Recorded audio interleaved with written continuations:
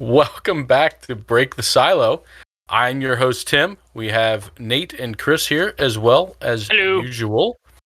We have a great show for you today. Couple interesting mini news topics, if you will, and our main two topics are going to be climate change and COVID. So two big things in the news as of late, but also just big overall and deep topics. I know we've talked about them a lot of times before. I feel like even after today, there's going to be so many things we still haven't covered on both of them. So, I think we have a really interesting show for you. So, yeah, I'm thinking by the end of this episode, we might actually drill down on a definition of logarithmic. But you never know with these things. It's complicated. No, I'm not doing it. I got yelled at. Also, we're going to delineate what Stalin versus Leninism. Oh God, yeah.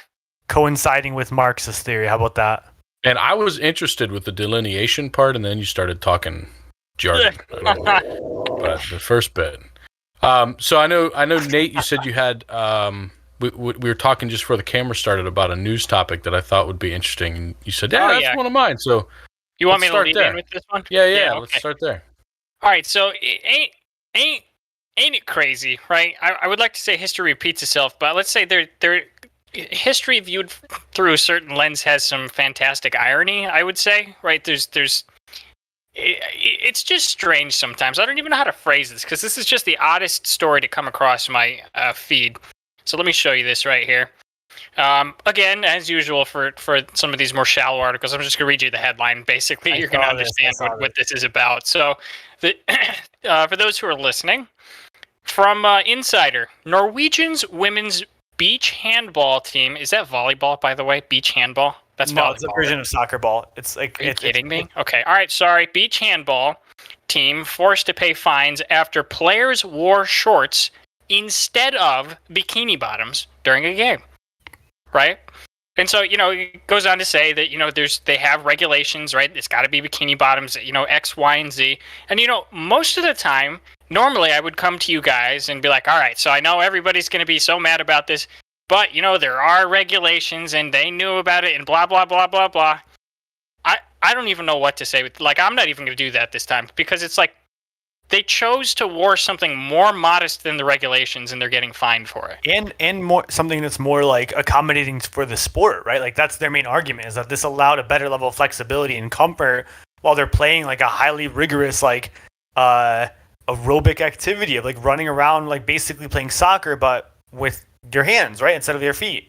I'm going to go ahead and say that they probably don't provide more flexibility. Yeah, I was going to say that. That was probably less flexibility and comfort. No, I can't speak to probably the same or more, but it's like spandex as opposed to something that's more of like a bikini. Like the argument says like it offers. Look more at those like, bikinis; they're spandex.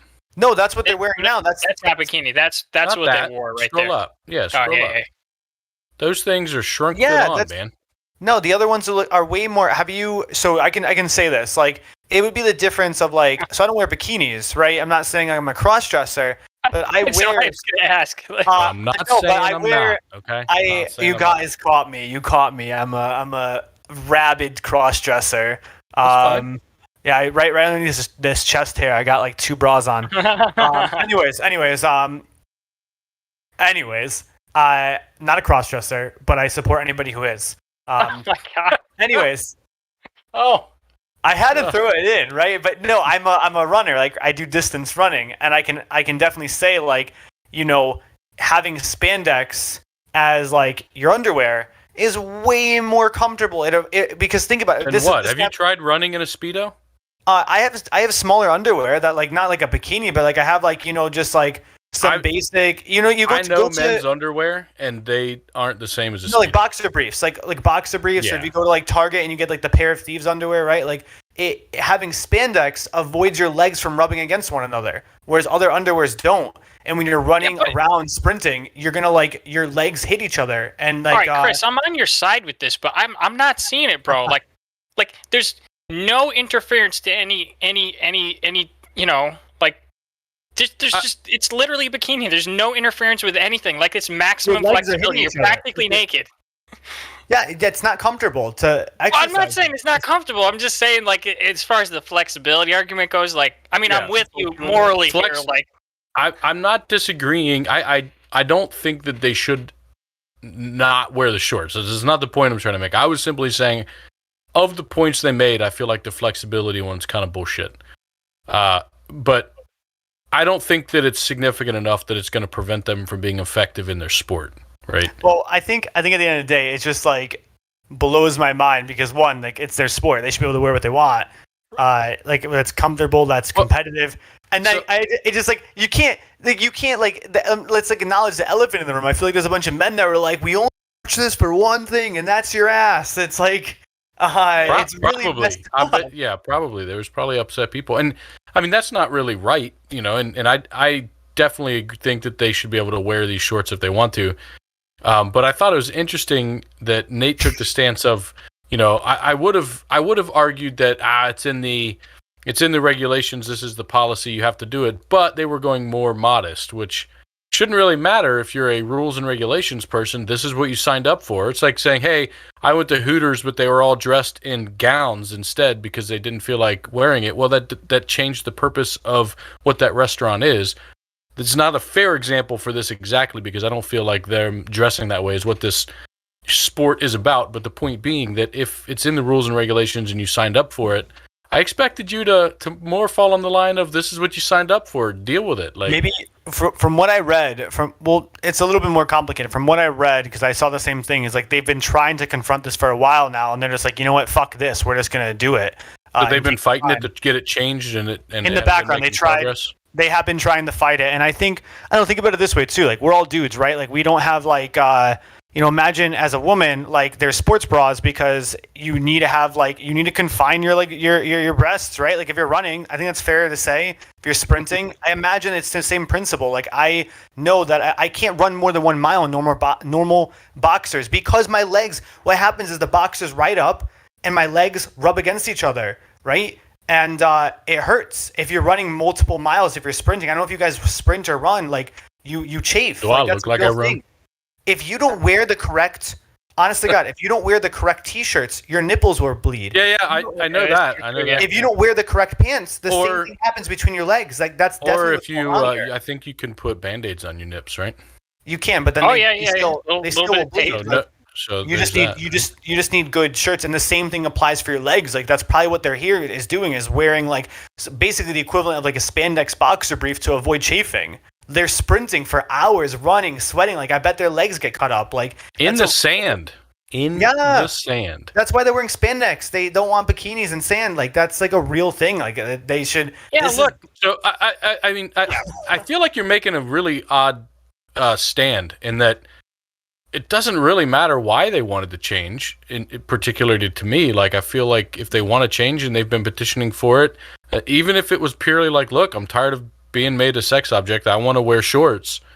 I feel like they have a voice and a right, and I don't know, like it's a tough one. Like if the company were to come out and say, look, we're afraid we're going to lose viewership if you do this, that's why. Like give them that fair reason, if that's the honest reason, and they come out and say that, then okay, it's in the contract, that's what it is. Don't play for them anymore. Fine.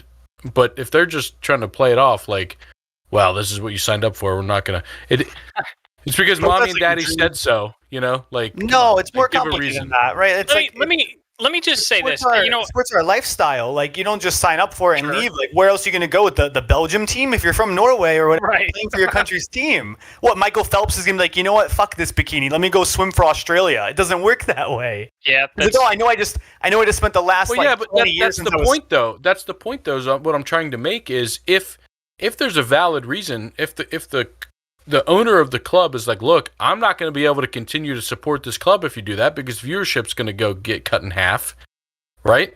Then that's what you're saying. You're saying the decision is either this club continues to exist because dirty men are paying to see you guys in these outfits, or they're not, right? And all these people are coming and paying to see you play the actual sport. Well, this is also for what it's worth. This is what I mean by like rape culture. Like we're literally like financing sports based on whether or not a woman looks skimpy or not. I just think that there's also a conversation like a culture change, right? Like maybe But okay, all right. No, hold on. And I Chris. think throwing Okay, rape culture in there is a bit because now extreme. I'm This fully is- on Tim's side Oh, fuck versus what me. you're saying right there. Like hold on. So like what Tim is saying is that basically like the only reason, okay, and this is all hypothetical. Let's say the Yeah. business model is that they get to play this game because people are interested in watching them do it, and part of that is that they're beautiful young women, right? That's part of it. And then if you take that away, people won't watch, so they don't get to play. And it's like, it's almost like them's the shakes. That's our biology, basically. I'm not saying that we can't modify our biology and civilize ourselves to some degree, which we obviously have.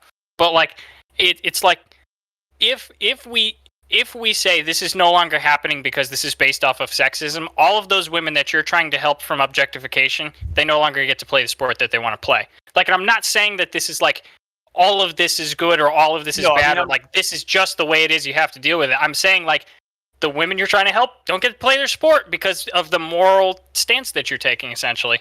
I think if I want to double down on my ideology here, it's simply because I'm not just going to agree with you guys just because it sounds cute. Like what I'm saying is that if that is the honest to God reason, why do you? If it is, we're conjecturing. If it is hypothetical, I'm vehemently against that, and it requires a culture change, right? And Nathan, like every single time we ever talk about the Middle East, you bring up how there's no women's rights and there needs to be a culture change, and I say, well, there's a right to wear a burqa, and you're like, no, that's oppressive, and So that's what I'm saying now. It's like there needs to be sometimes culture is incorrect, right? That's where I unfortunately rape culture has taken this. It's like microaggressions, right? We say this word and it has this connotation that it's been hijacked by all of the above commentators, pundits, and it's lost its true meaning, which is that misogyny shouldn't be a driving force in our world. We should try to combat it, right? Just because it's like Superman.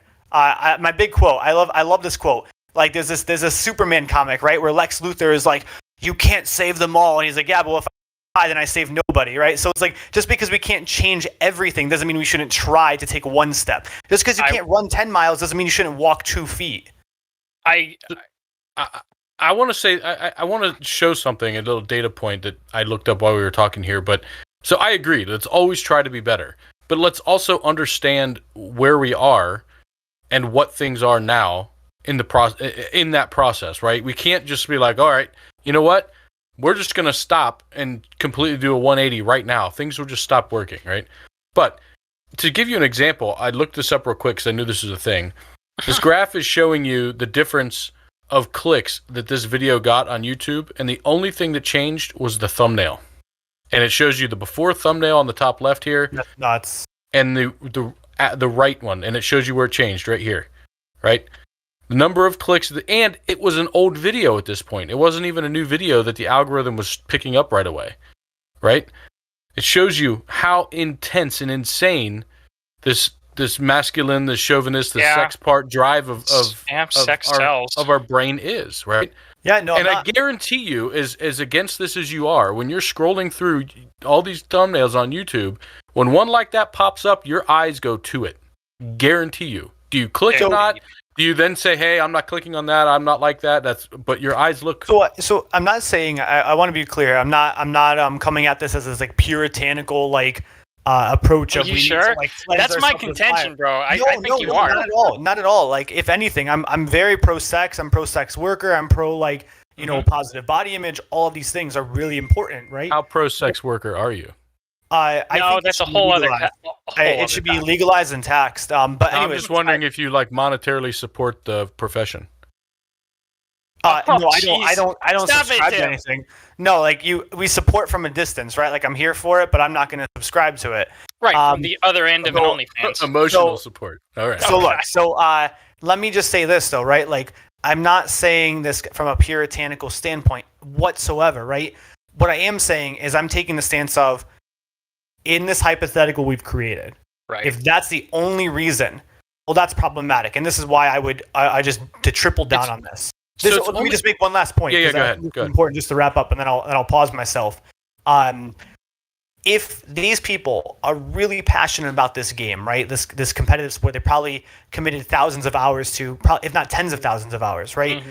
And they're trying to be the best that they can be, then that to me is more important, and they'll figure everything else out. I'm sure that they still look, these are still attractive people. They're still wearing spandex. I'm sure like the world's not going to end because like 3 inches more of their skin is covered.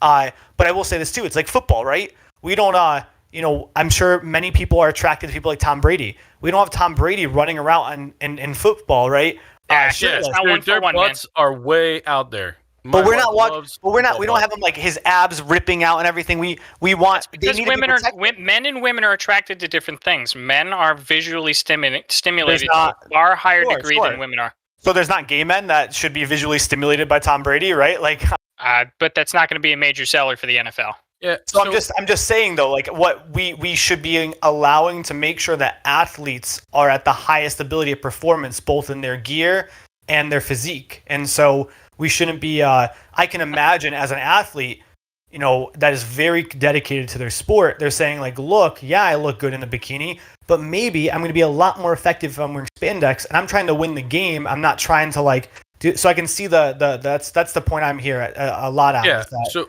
we don't necessarily agree that there's a difference in effectiveness between them wearing the spandex shorts and the bikini, right? Like, I don't think that there's much difference at all.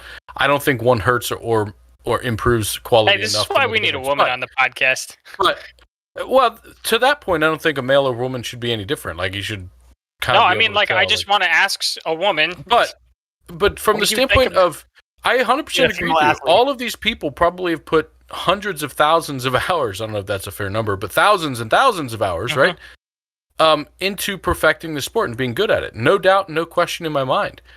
But I think it should be up to the individual at that point to say, look, if it's the case, and I'm not saying it is, okay, this is the hypothetical, that if it's the case that the only way that they're able to sustain the level of pay and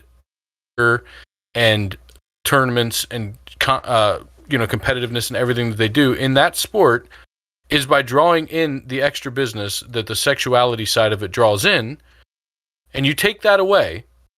I'm not saying that you can't. Hey, great, you do that, and it goes from being a triple A team to a single A team or whatever, right? As far as income, great. That's what you and the company and the owners and the players have all agreed to.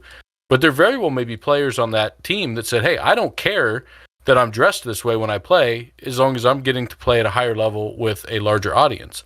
And for someone to come out and say, well, it's not appropriate to sexualize you and make that decision for them is also just as wrong as to make the decision to say that you should be sexualized.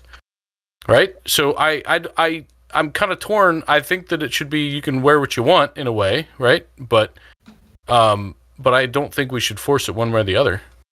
I guess to me I don't see why, if this is really the driving force, maybe, coming out to the fans and being like, look, we understand that these are beautifully dressed individuals, but for the sake of the game and the performance of the game, that we're going to allow like a different level of dress code. I don't see why that would be. And if it's a super contentious thing and they lose 5% or 10% of viewers, then like, that's not the end of the world. I mean, again, I think some hard decisions got to be made too. I mean, again, it's not like only women are attracted to men. There's, I'm sure, a huge population of gay men, right? So you can make the same arguments when we're talking about if the whole thing is male perspective of like male viewing is driving numbers due to objectification. In theory, then why aren't we applying that to male sports? Let's have shirtless basketball, right? I want to see LeBron's abs now. Let's start doing that, right? Why not have shirtless baseball? They don't need shirts. Let's have some dirt. Let's have some dirt start like rubbing up against them as they slide to the bases. One for one there, bro. But I'm saying, did you ever see the female football leagues that they put out? Your audio is not working. Yeah, can you hear me? There you yes. Go. Cool. Did you ever see the female football leagues? No, I haven't. All right, hold on. But I guess I'm just saying that there should be. I don't think they exist anymore. But let me see if I can. LFL. We've always lived in a highly sexualized culture. This is especially true about the present. There's obviously, a huge thing to be said about body image, but I think if women playing the sport want to prioritize their comfort, especially in their playability, then we should. Are you serious? Dear Look, God. This is. I do recall this. Females football league. They played football. Like, they have pads on their shoulders. They were tackling each other. They were hitting each other. This is what they wore, right? This league I don't think exists anymore. I just remember having seen it in the past, but like it's clear that the sexualization desire between men and women is different, right? Almost every person that probably watched that league was probably a man. Guaranteed. I cannot imagine that there were many women, unless you knew them or were friends with them or something like that, right? And I'm not saying that's right.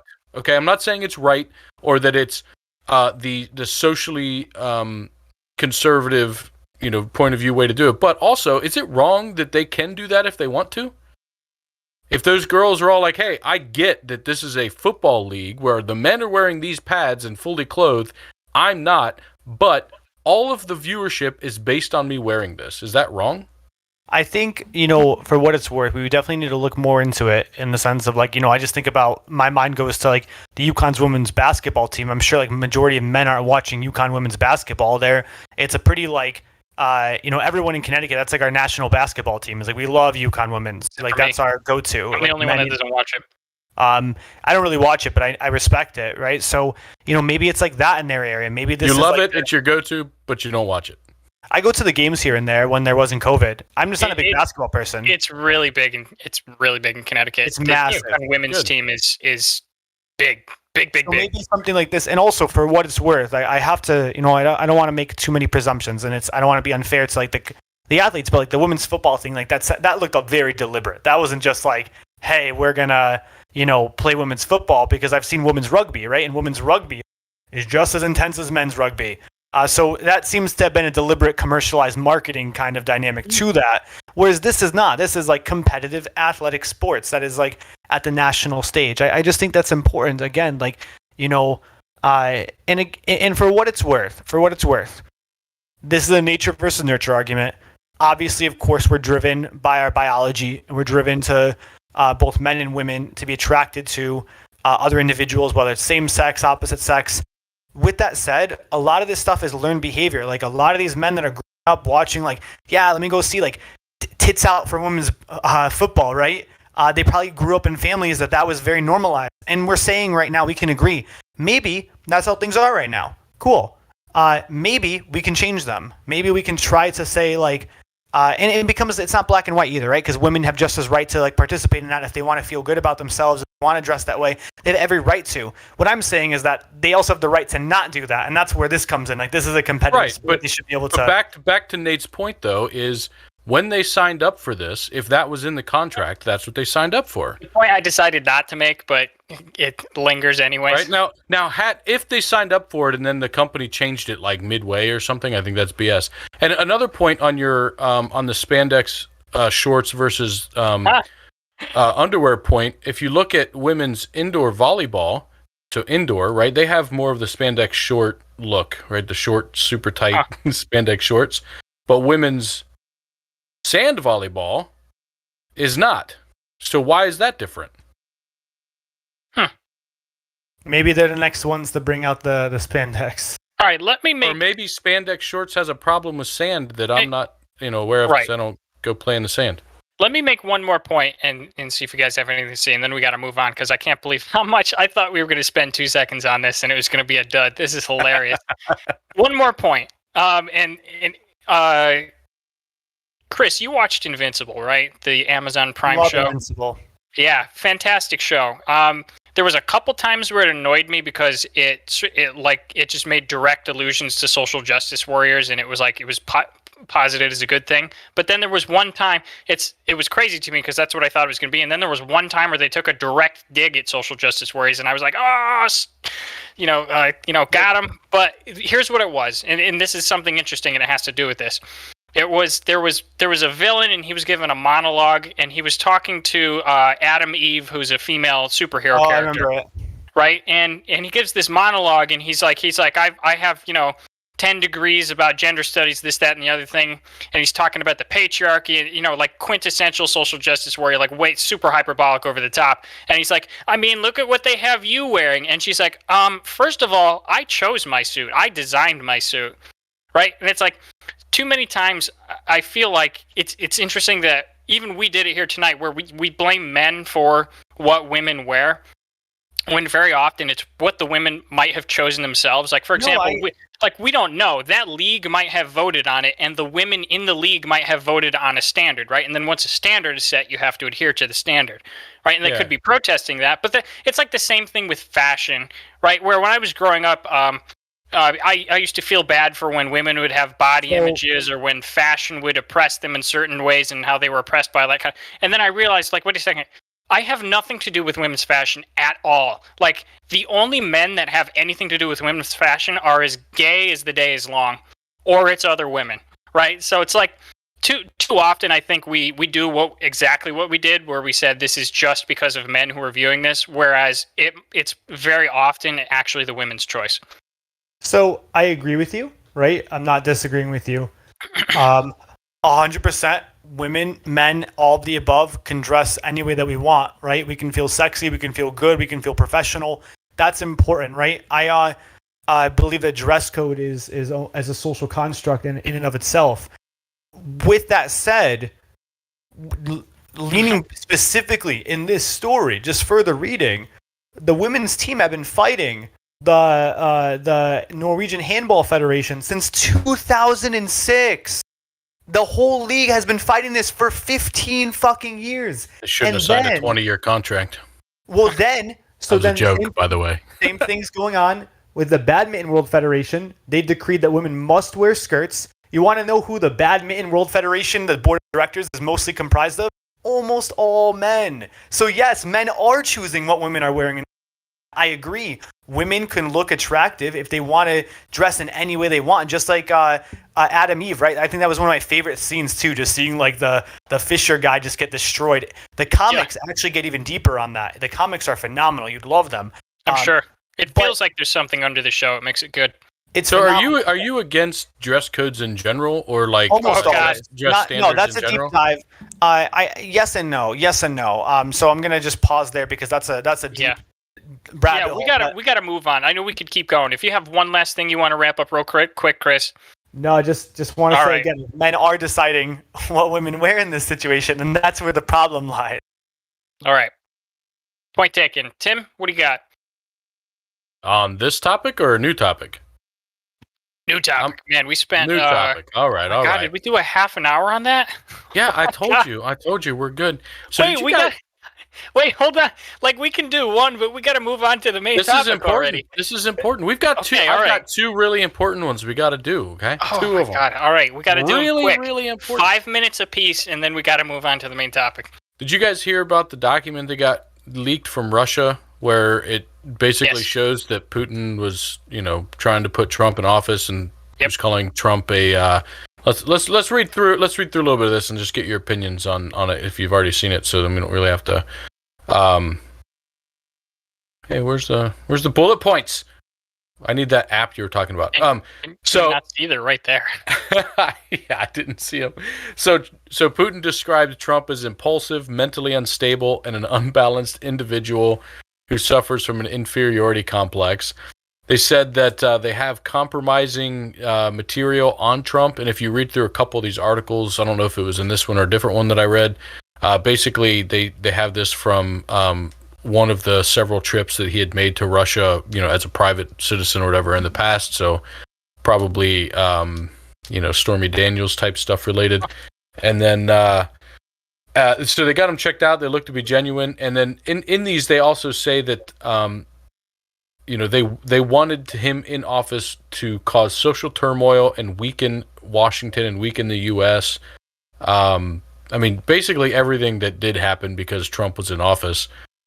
I just wondered, what are your guys' thoughts, both of you on that? Yeah, I'll take a swing at this one first, since it'll probably have the most contentious view of it. I'm pretty sure this is what the last thing that you just read, if you bring that up again, the last bullet point that you read, to sow turmoil or something, was it? Sow turmoil. Into social turmoil. Yeah, so I'm pretty sure this is exactly what this is, right? So you're telling me that this entire report just happened to like this super, super classified, because this is technically a massive bombshell, right? If this is real. So you're telling me that this leaked, right? This particular thing leaked, Right. So okay. Well, that's an interesting point, right? Like, Yeah. if you're saying it was fabricated by somebody other than Russia. No, by the Russians and leaked. Okay, so the problem with it being leaked by the Russians is it then shows that they have been lying to the world community for the last however many years, saying that they did not intentionally involve themselves in our politics, which this clearly then says they did. Yeah, but that doesn't matter because literally everybody who knows what they're talking about knows Russia's lying, so this doesn't actually hurt them. Other Right. than So, it's but what this out in does the do, public. what this does do is it makes Americans think that Donald Trump, right? Because Donald Trump is not gone, right? I mean, I wish he was, but he's not, right? So Donald Trump is still in the game. So this is an active play. I'm pretty sure this is an active play by the Russians, right? So the end effect of this quote unquote leak does exactly what they said that they thought Trump would do by being in office, which is create social turmoil around Trump, right? Because Which now he did do. No, he absolutely did. I'm not I'm not going to pretend he's not. That's one of the biggest reason why I don't want him back. Actually, the second biggest reason that I don't want him back in. But this his hair.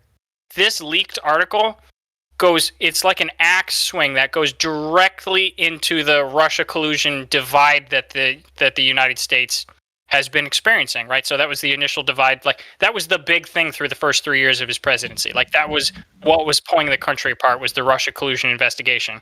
And this is like swinging an axe deep into that crevice that was created by that. And I'm pretty sure this itself is Russian disinformation. I do. So I think it's accurate information, but I do agree that it's deliberate to cause further divide, right? It's just simply because Russia. So look, I think it did happen. I think that unfortunately a large majority of the Republican base that still supports Trump is deeply misguided. To say it fairly, I hope you guys become unmisguided, but that's how I feel right now, and that's how we feel on the left. And you just want to throw an egg at me for saying that. Just furthers my point that we're never. This is what Russia wants, right? Is they want us to not be at a table talking about things across the aisle, because the second you sow true political division and social division, that's when instability opens itself up. That's when corruption on all sides open itself up as well. I shared this last time, and I've been reading a lot about it, and it really is like a certain like fascination of mine in the world of academic literature. I'm gonna make it like accessible here, but really right now there's a lot of research that's showing that like our political identity is more powerful in the way that we filter the world than religious identity. Yeah. At the peak of our country's religious identity of early 1900s, like deep Christianity, right? Like right now, we don't filter our information first as a Christian or first as an individual or first as an atheist. We filter our information first as a Republican, first as a Libertarian, first as a Democrat. We make our decisions. I make my decisions relatively on my political belief. Well, you're uniquely the anomaly because I remember you taking that survey and you're literally dead center basically.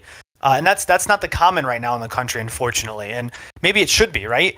But, for example, I find myself I know the left is really pushing for solar cars or electric cars. That's a leftist push. Even though it's a bipartisan thing, it's a leftist push. I totally find myself okay, maybe when can I realistically get an electric car? When can I realistically convert to an electric roof? When can I realistically do these things? Because that's what my politics say. Whereas in the 1950s, the Christians are what would my church do? What should I do for my community? These things are changing. Our political identity is so salient right now. And that's what Russia's playing on. We are just furthering that divide, and that is really problematic. So I think this was a deliberate push from them. Is they already know the it's out of the cage. Here's another thing out of the cage. Just have fun with this, United States. Yeah, if it was leaked, whoever leaked it doesn't have a head anymore. That's for sure. Well, they do, but they're being tortured slowly. Sure, yeah. Right. Poison is Putin's gig. Yeah, so I didn't know we probably could go into a deep talk on that. I know we don't have time to, but I thought that one would be interesting. So, Nathan, before the podcast a couple days ago, actually, when we were talking about the Jen Psaki talk where she Yeah. talked about censoring Facebook and others. That was the other one I wanted to talk about. Did you have that one as well, or Right. Well, I decided not to bring it up because I had a bunch of other stuff, and then we ran out of time. okay? Well, we can save that one for another week if No, you it's want. fine. We can talk about it. We can do it in 5 minutes. I won't be able to get all the way up on the soapbox. Well, let's wait, Okay, or that's let's fine. wait till the end. If we run out of time, let's bring it back up. All right. Sure, Yeah. sure. If we get bored with climate change and vaccinations. Yeah. So let's start with vaccinations then, because climate change I think is going to be Sure. our bigger topic. I So think so, let's get the potentially small one out of the way first, but make sure we don't go too long. Here's here. So we were talking about the other day COVID and the Delta variant and the demographics that are inside of the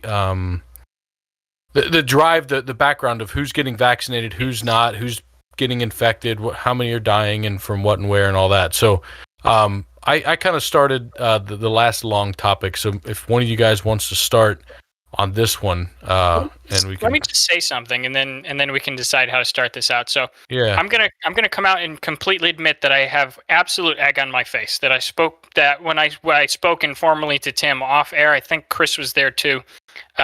When we talked about multiple times, I've asserted the fact that I was fairly certain that anti-vax hesitancy was actually stronger along gender lines, and that it was actually a woman's problem, rather than a feminine problem rather than a masculine problem, where women were more hesitant than men.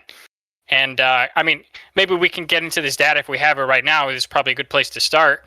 It turns out I was completely wrong. I 100% have egg on my face. The data that I did see seemed to indicate the exact opposite. So it very much appears to be. So what do you have here? Is this gender?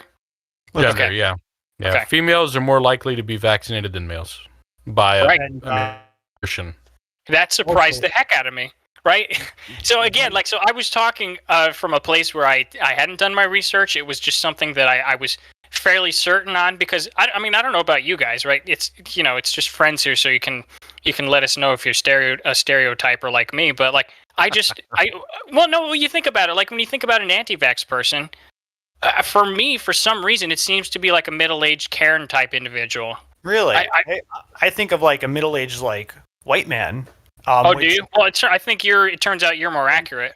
It does, because right now the biggest thing that we have in common to He's like, yeah, bitch. grab right, is that the most unvaccinated individuals also have a direct correlation to towns that voted majority for Trump, and white men are the ones that are not getting vaccinated. Places like Alabama, I think it's in less than 30% of the state is vaccinated, and that's pretty scary. Yeah, it is. So,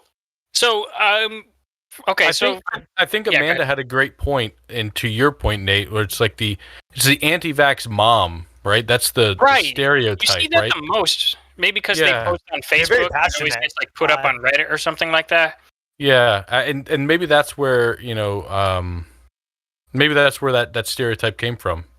I don't know. Maybe it's also because that's the most egregious example we're aware of, because it seems like, and again, like I'm generalizing obviously, but I think you can generalize this, because when we see like a middle-aged man who doesn't get vaccinated, usually we just assume he's the one who's not vaccinated. But when you see an anti-vax mom, right, which is where I think I'm getting the Karen image from, you know that she's probably also enforcing that on her children for some reason, and like that is more egregious than just a person deciding not to. And again, that's based on stereotypes.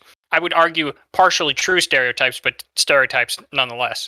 Yeah. I don't know if this is a country thing or a Connecticut thing, but I find it very common in Connecticut. I don't know, Nate, if you've been driving around, and like I've seen a lot of like corner street protesters of like, yeah, basically like middle-aged women, like moms, unmask my kids, like anti-vax. I saw one that's like, Lamont is king.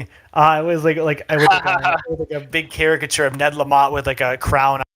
And so it's in Connecticut, I see it a lot, and I think it goes into play like this, right?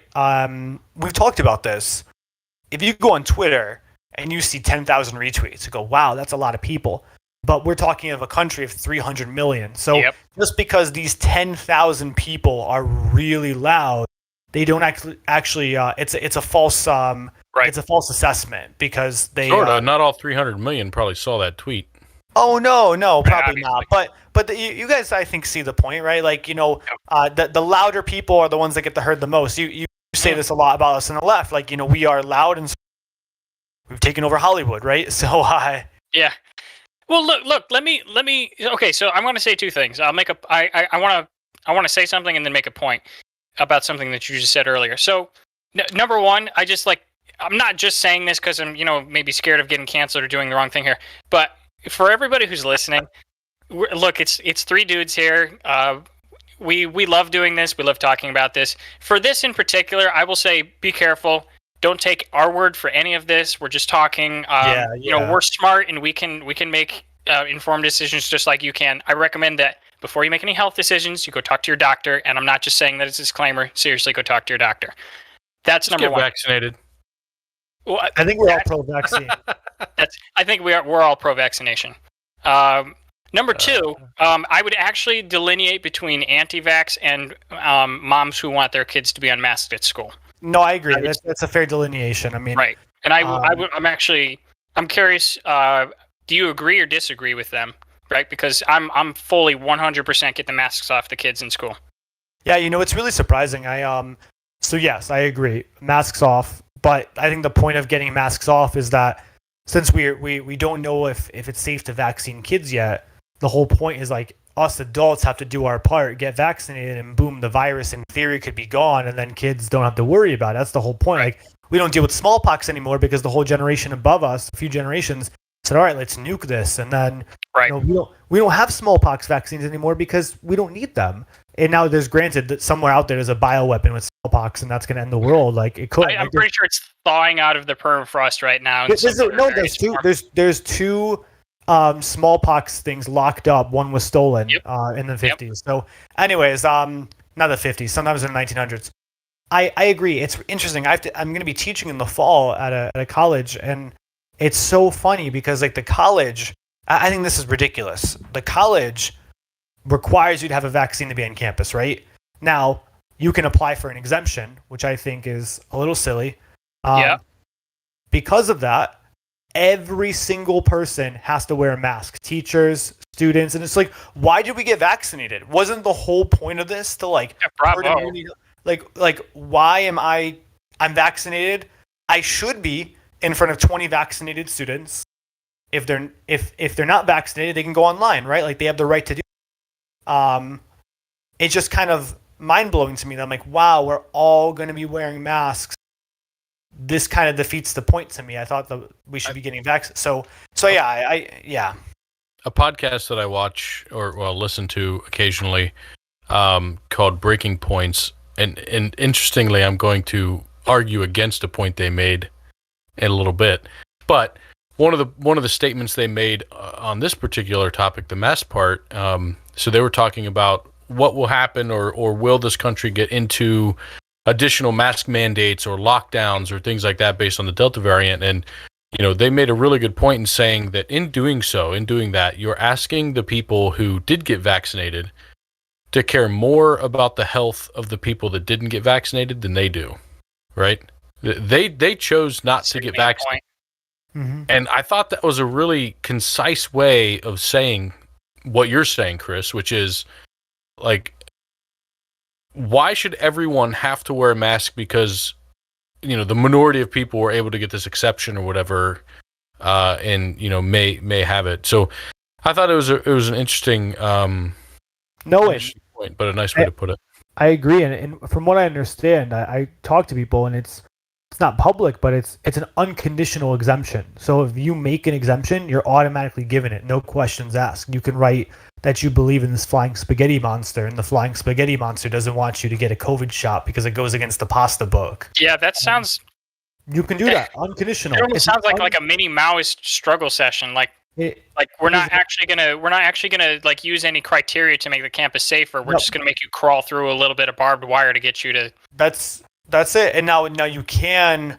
now, if you get an exemption, you are required to get tested weekly, which is probably the deterrence there. Is like you don't want something stuck up your nose, but some people will do it, right? Like, and I agree. It's a hard thing to say, but it's so. This is, I think, where it comes to play for me. It's like I agree. Like, why, we've had ample time, ample information, get vaccinated. I do know some people that actually can't get vaccinated. I get it. I respect that. That's Why different. can't they? There's like, some underlying serious health concerns. Like, they don't actually have any vaccines because their immune systems can't take it. So maybe I'm wrong on this, but I thought that specifically, at least with all of the COVID vaccines, but most vaccines, that they trick your body into thinking you're sick. They don't actually make you sick. And so my understanding was that the vaccines aren't effective for you because your immune system doesn't actually react or do anything, but that it doesn't hurt you. Like, I'm just. Am I wrong on that? Point blank, I'm not a doctor, so I just don't know. All I know is I do know very few people. That's it. Of like two people who can't get a vaccine, and that's probably more than most people know. It just so happens I have two people in my circle that I'm like, all right, yeah, that makes sense. Yeah. But beyond that, I agree. Like, right, like the whole point is. But they have general immune system issues anyway, right? They have to be extra there's safe and be careful about how they go about their lives, right? Yeah, this isn't this is a new lifestyle for them. The best way to put this, and it seems that we all agree with this, is that we are at a point where anybody who wanted the vaccine could have gotten it at this point, with like very few minor exceptions. Like if there's been like a guy stuck in a coal mine for 3 months and he's just got out now, right? For anybody who wanted to take care of their own health and contribute to the herd immunity of the country, which is more of the reason why I got it, could have gotten it at this point. And so what you're at now, despite the fact that, yes, COVID is still a very deadly disease and there is still some small excess death from this, like it's noticeable, but it's no longer the main killer by any metric. Like it's way down on the list of things that are killing people in this country now. I think the fear comes in is like the ability for new variants to materialize because that's true. But if that comes along, we can address that at that point. But at this point, maybe we can. That's an assumption. Sure. Well, no, we will address it however we can at that point. We'll see what we can do. But like my point is that we are very clearly into the stage where everybody now has made the choice that they're going to make, and that we now need to proceed as a normal society from here on out. We can't continue to hobble society based off of the people who don't care about their or other people's health.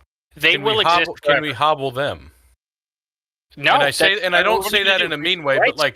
but like if I'm a grocery store, or if I'm a governor of a state, or whoever's making a decision about another group of people, can I say that if you're not vaccinated, you still have to wear your mask?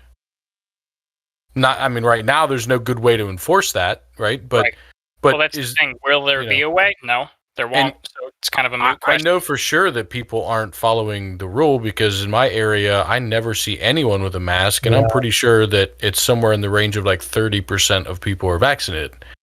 So there's a lot of liars out there, okay? But but the point being is, I guess what I'm getting to is, second to that, do you think that it should be able to be enforced? Do you think that I don't know from a government side if I would think it could be or should be.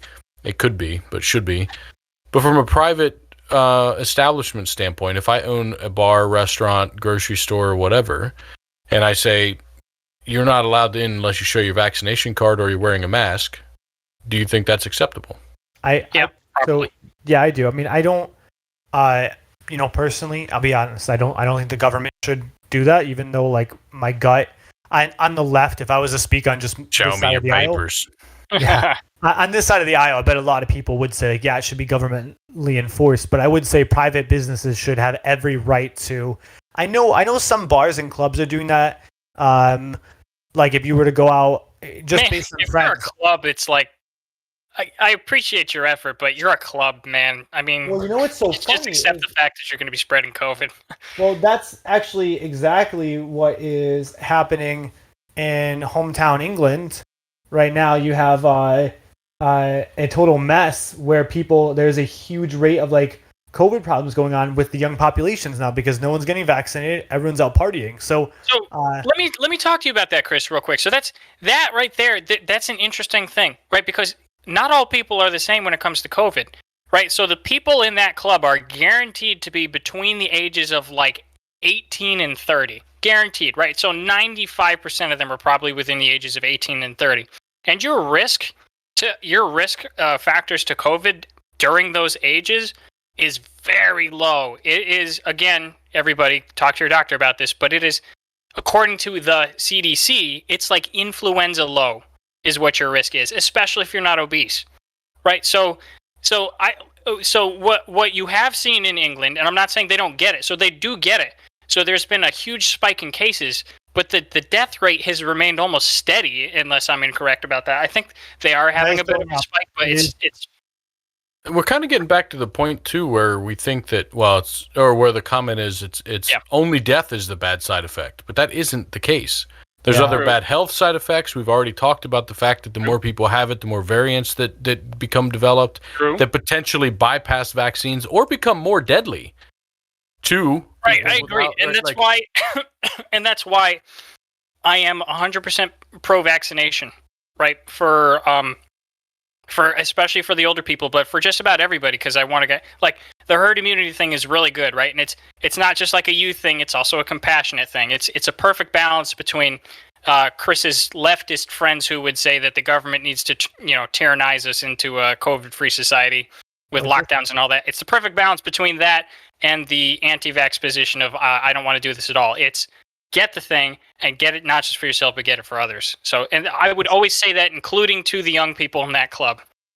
This is why we got Olivia Rodrigo meeting up with Joe Biden. Oh my God, man! You know how Chris? I better tell me that's not tone deaf, like to the nth degree. I'm sorry, but he's trying to win back Hispanic voters. I love. Apparently, no, this was all vaccines. Like she, the whole thing was her coming out saying, "Get vaccinated" with President Biden, Vice President Harris. Let me ask you, Chris, and I actually have a couple articles to talk about this. How much do you think that helped? Right, knowing who the target demographic of the anti-vax movement is, and as if we haven't made it clear yet, it's mostly, first of all, it's mostly Republicans, and then it's mostly males. So how much do you think that helped? So absolutely zero on those populations. But the other target right now is young people. And Hispanics. So Hispanics, actually. I want to talk about that in a second because I have data to talk about on that, and I'll click on this in a second. You can go there, but we were talking about age distribution of vaccination, and this is for U.S., not U.K., but maybe it's similar. I don't know. But you can see the distribution here of what percentage of each age group is fully vaccinated or has one dose, which I don't really look at. Yeah, it's a tough one to describe for people on audio for sure. And so the general trend is the younger you are, the less percentage of your age group is vaccinated, right? So going from 12 to 15 years old at the youngest, that really matters. Anything less than 12 at this point it's an anomaly by far that you're vaccinated. 26.8% of people between 12 and 15 years old are fully vaccinated in the U.S. And it goes up pretty linearly-ish until you get to 65 to 74. 81% of 65 to 74-year-olds are fully vaccinated in this country. And then 75 and older drops a bit back down to 77.5. And there's probably some mobility issues and fear of going out in the first place issues. And, maybe the vaccine's going to kill me because I'm that fragile issues. Right. That's what I'm seeing there. And that highest age bracket in 75 plus, I wonder if the first one just hit them like a truck and they're like, I can't do that again. Maybe, but if you worse, right? The second one is worse. But if you look, like the range from for one dose to fully is about the same all the way through. Yeah, but you can see. At first, I looked at this like, look, the old people got out quick and got it done. Well, that's the only people that could go get it at first. So that right, yeah. So that doesn't really tell you a whole lot of extra. But if you go to race, so this is where I'm going to disagree with Breaking Points a little bit. But if you go to race here, they have it broken out by the title of this graph is % of people receiving COVID-19 vaccine by race. And so I believe it's supposed to be the percentage of that particular race that is getting vaccinated, right? So this is American Indians. This is Asians, blacks, Hispanics. This is Hawaiians, basically, or other Pacific Islanders. And then this is whites. So if you look at this, blacks are actually, according to this particular data, which is something I want to argue with in a minute, but are the most likely to not be vaccinated. Right? And that's one of the arguments that was made on Breaking Points. The second most likely to not be vaccinated is Hispanics. And that's the point that I was going to get back to Chris, which is, if that's the case, having her come out and do this could have been very effective. But Especially with young people, yes. And so as I was looking through this data, I was like, wow, like, that's crazy. But then I remembered that something along the lines of 56% of people in this country are vaccinated.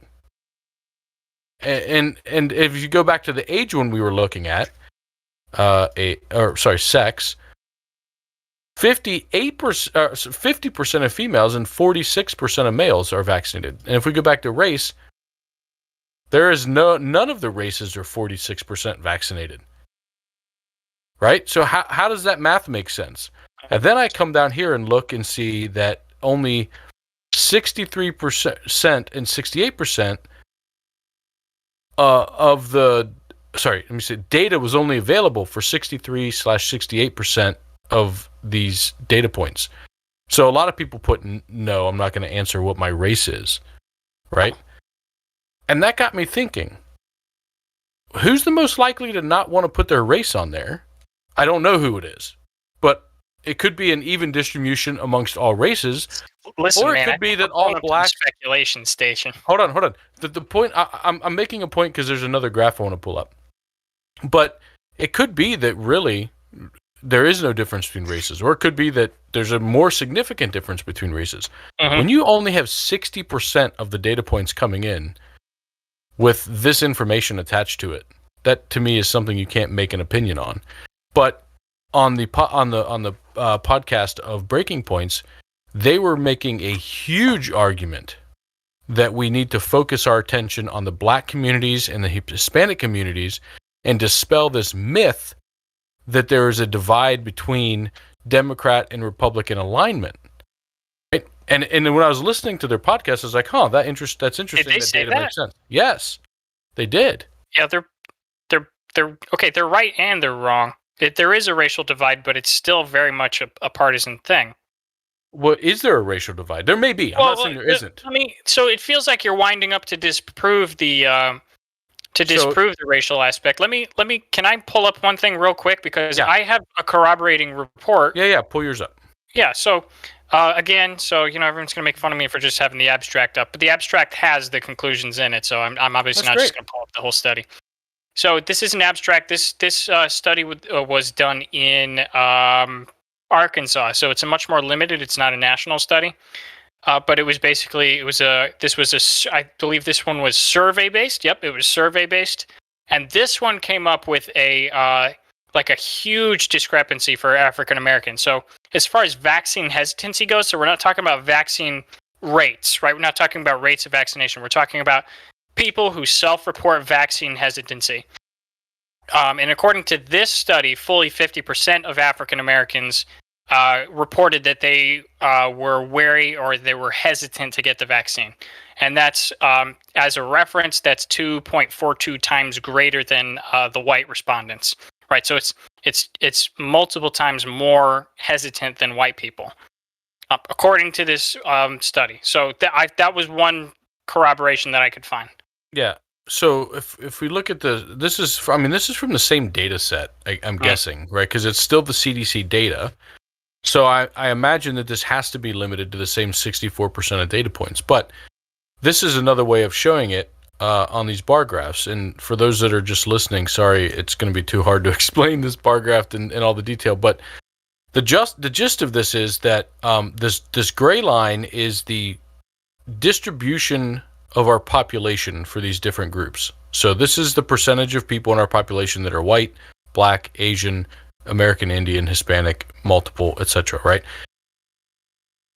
On top of that, next to that, this blue line is the total percentage of that group that's fully vaccinated, and then, the percentage among those people that are fully vaccinated, and then the lighter one is in the last 2 weeks, the percentage of that group of the last 2 weeks, the percentage of people that got vaccinated.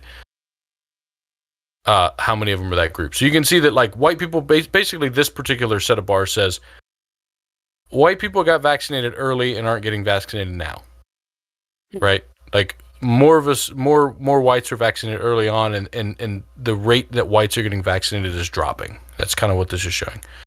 This is showing the opposite for Hispanics, right? Yeah. More Hispanics are getting vaccinated now. Here's more blacks are getting vaccinated now, right? Well, it's because what's her face went to the White House. But the part I bet it really did make a difference for the Latino and Latina community as well as the young people. Like I'm yeah, I totally misspoke. I bet I was real firm when I asked Chris that question, but I mean that's probably exactly why she went there. Like she was not. They were not bringing Olivia Rodrigo to get like the Jeff Bezos. Yeah. Oh my God, we didn't even talk about him launching, but I bet you're so salty, Chris. Jeff's like, thank you guys all for giving me your money. But here's the thing that kind of backed up what I was saying before, which is if you look at this particular one, it says multiple other and non-Hispanic. The gray line is the percent of our population that falls in this category. You're multiple race or other, or that you're just you don't fit into one of these descriptors. Look at how many more people have reported in that group than actually were, and how that can skew the data. It could be that it's all whites saying, "Hey, I'm actually not white," but if you look, it's pretty close to something we're not thinking of here. Right, and so I'm wondering if the data is a little bit skewed in that a significant portion of the minorities are reporting as other or not answering or whatever, and that's skewing the data a bit. Hey, Chris, I bet they just put Ron DeSantis in charge of this data. That's probably what happened. Probably fudged it, right? Am I right? Almost definitely. No, I mean I think I think it's some seriously valuable conclusions made from the data. I think Tim, what you're really onto it. To me, I think that the main argument that should be discussed in regards to the data and the distribution of vaccines is like, we know it's an age thing. We know super young people aren't getting it, and we know that for what it's worth, Trump counties aren't getting it, and these are problems because look, I don't want Trump counties to die. And I don't want your election in a couple of years. I'm sure it's making I'm sure it's proportional. Don't laugh. Miss Green got lambasted for laughing at COVID deaths. You can't do it, Chris. I can say one thing too, just to kind of add to this. I know that a lot of individuals of more than one race may prefer to not actually specify a race when they're considered multiracial, multi-ethnic. I honestly, to be straight up, it's like I agree with you, and I'm not saying there's something wrong with it, but that's why I think it's the minorities that are more likely to report that way, and that's why I think that other data point that I was showing is skewed. Yeah, in showing that there's a significant reduction of those particular races. Just think about race boxes, right? When you go to check yourself off. For me, I'm Middle Eastern. I've always known I'm Middle Eastern, right? And I honestly, I should, if they're asking my race and ethnicity, I should be able to say I'm Iranian, or now that I know I'm Assyrian, but at least... Yeah, why don't you guys have a box? We don't have a box. The whole damn Middle East. You're going to call me white? I'm practically half African. Why don't you have a box? No, it's I have to say Caucasian or other, or there's no in between. And so I do a 50-50. Sometimes I click other, sometimes I click white. Every other time I switch it. Listen, those boxes shouldn't exist. Can we agree on that? I don't know if we can agree on that, but those boxes shouldn't exist at all. Who cares what your race is? It's almost not relevant for almost any of the applications. I mean, in an example like this, it kind of is an interesting example. If you're the government and trying to target what groups do we need to work on improving our vaccine, campaign on? Yeah, that's an interesting point. We're clearly trying to oppress white people by giving an advantage to everybody else. That's why we need to have these boxes. Yeah. I got Tim laughing. That's always the goal. Am I too serious? I don't think I'm too serious. Let me throw this out there. Right, this is on topic. Let me put this to you, Chris, and I want to see if, because I think my thinking on this topic is bulletproof. Obviously, right? I have all corners checked, and this seems to be a solid idea to me, aside from maybe the obvious. So I have this article here. I'm not really going to talk about the article very much. I'll read the headline to get the idea going here. So Jen Psaki, who is the White House press secretary, shoots down an idea that Republicans aren't getting vaccinated because Trump isn't given enough credit for the vaccines. Now, I don't necessarily hold with that idea, necessarily, but that's not a bad idea, right? Now, because I was thinking about this. Correct me if I'm wrong, Chris, right? But the number one person who can probably affect those Trump voting counties is probably Trump himself, right? And I would say, the source, we should go right to the source. Like Trump, you should be pumping these things. And believe it or not, Trump does pump the vaccines. At his speech at CBAC, he said, get vaccinated. Right. He says it's a great thing. We worked really hard on it. Please get it. Right. So he pumps it whenever he gives a speech. For a bit, he wasn't. What do you mean? If I recall correctly, right? I might just be wrong. It might have just been like. Well, first of all, it was his entire campaign strategy. He started off by saying vaccines aren't necessary, just drink bleach. But after that, stop. Yeah, he was implementing Operation Warp Speed. Look, I'm just saying, like, yeah, I get the point, and I think that I'm glad that Trump is coming out and saying it. I think that other conservatives. Because I have a particular point I want to ask.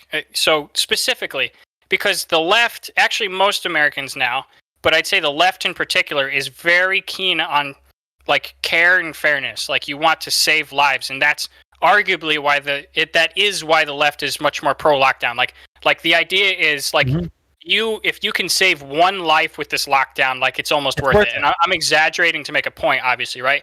But like if safety is number one priority. Yeah. Yes, I want to talk about that in a second, Chris.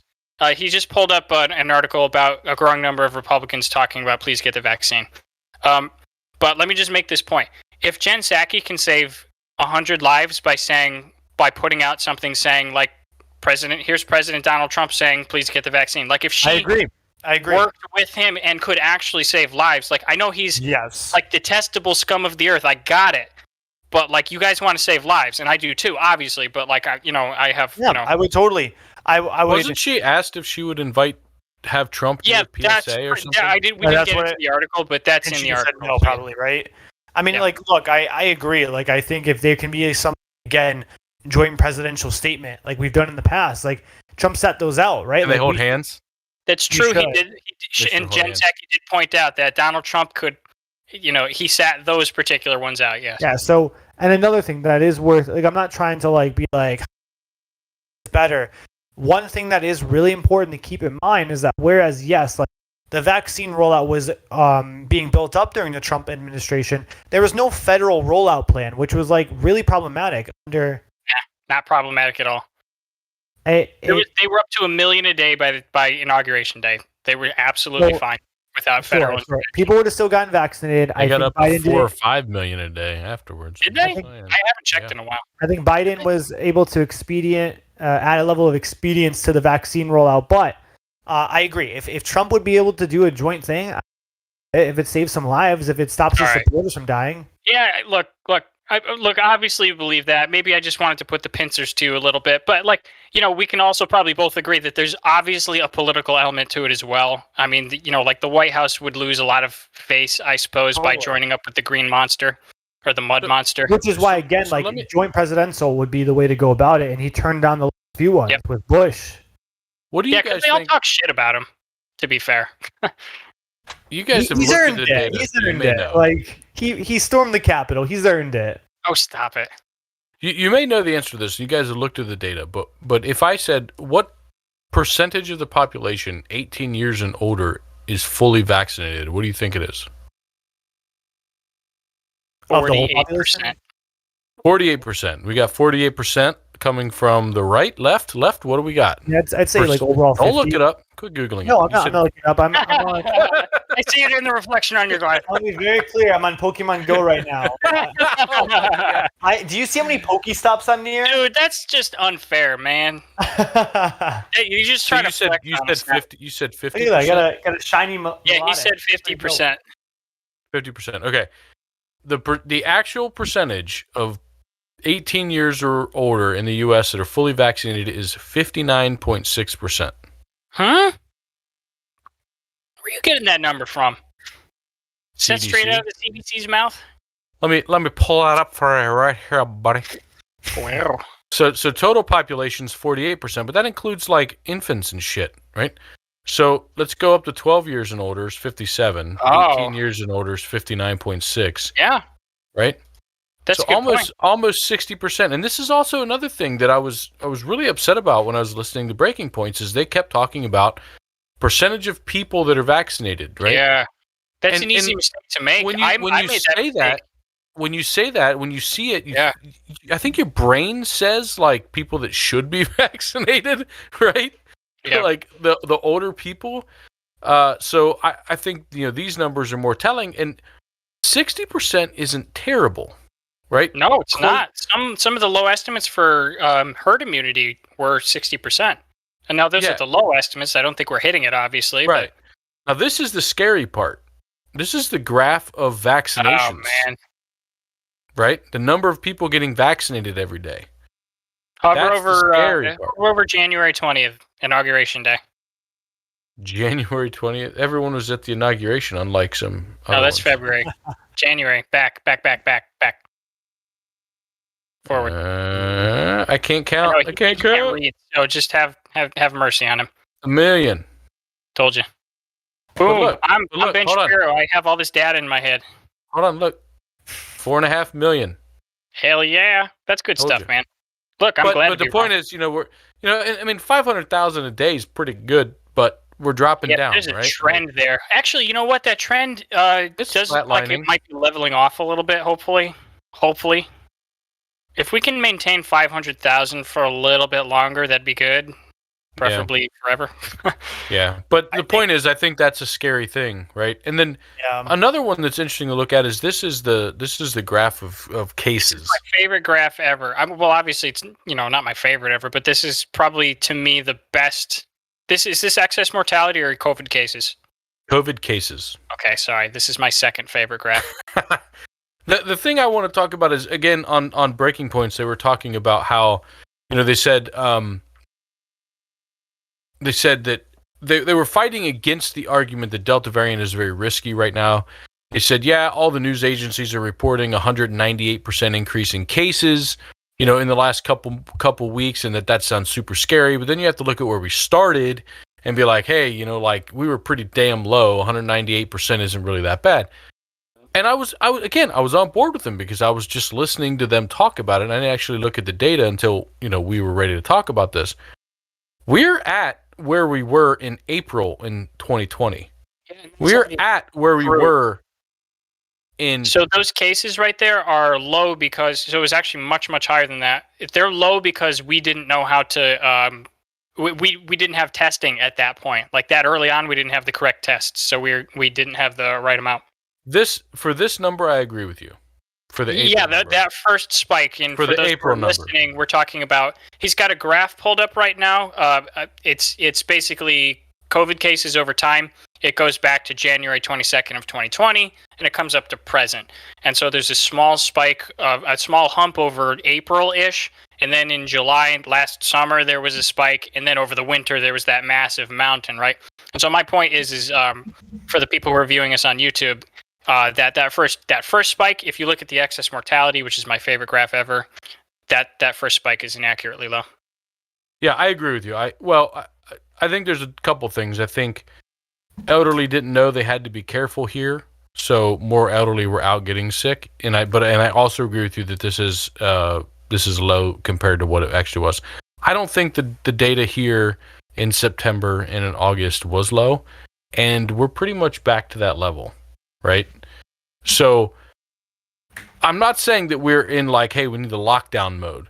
That's not my point at all. But my point is we are also not in a very small amount of cases either, right? Let me explain something. So 50,000 new cases a day or 40,000 new cases a day isn't something to sneeze at. Right, it's not. So let me just say this, and this has to do with what I said earlier, and we're actually coming close to wrapping up this topic. So This is kind of important, and this is a point towards the people. Let's say not the anti-vax people, but the more pro-freedom people, the like leave me alone people, the like the pandemic is over kind of people. Here's a point in their favor.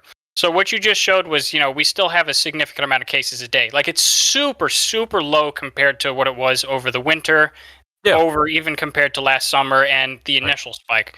So It's about let me half show of you what it was in July, right? Right, exactly. So we just showed you what that graph looked like for COVID cases and how many we still have.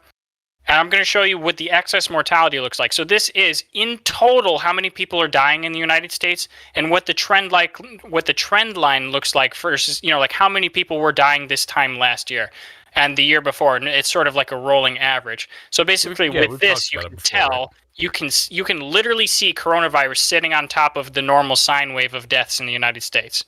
So this is it right here. I haven't pulled this up on the show in probably a couple months at this point because the pandemic has kind of basically been over. But for those of you who can't see, what I'm sitting under, this graph, is some of the most amazing news. You need to know this. Like if you're a person who's a hypochondriac who thinks that we might still be in this, or somebody who listens to the fact that we still have, what was it, 50,000 cases a day or something like that? Like 5,000 right now. For people who are still worried about this pandemic, the excess mortality is incredibly low. We are very, very close to what a normal amount of deaths are, which basically means if you break it down, you get rid of all the weed, the chaffs, like everybody talking about numbers of this and numbers of that and speculation about this, COVID, Delta, Lambda variants.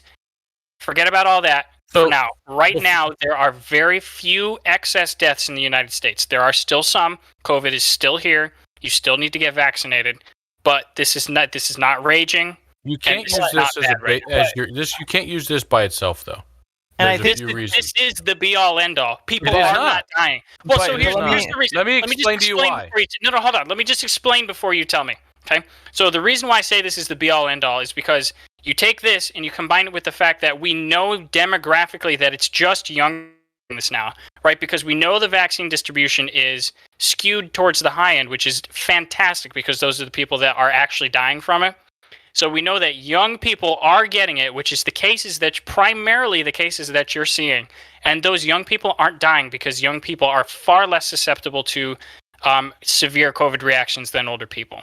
And here, that has nothing to do with my point. That is not the be all end all, because there's details that you have to understand that go into behind that data too. And this is in a couple examples of it. And I'm by no means an expert and able to say everything, right? But one is a lot of the people that normally would have died this year died last year because of COVID, right?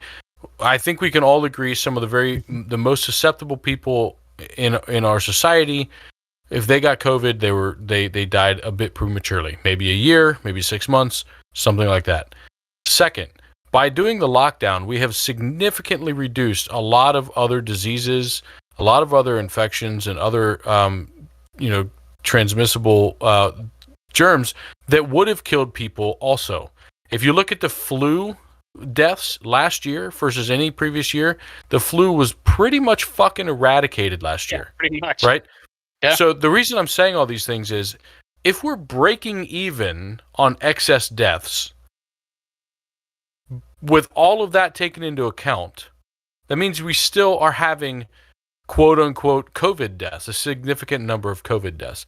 I'm not saying excess deaths aren't important and we shouldn't look at it. I 100% agree. And I don't think we're having a huge amount of COVID deaths. Don't take me the wrong way. But I also don't think we should just look at one graph and not think about the data underlying and dig into that. Now, one data point, and I'm going to let Chris go because I know he's got something ready to say. Just to be clear, the data shows that 99.7% of people that are dying from COVID today are unvaccinated. I was going to bring that up.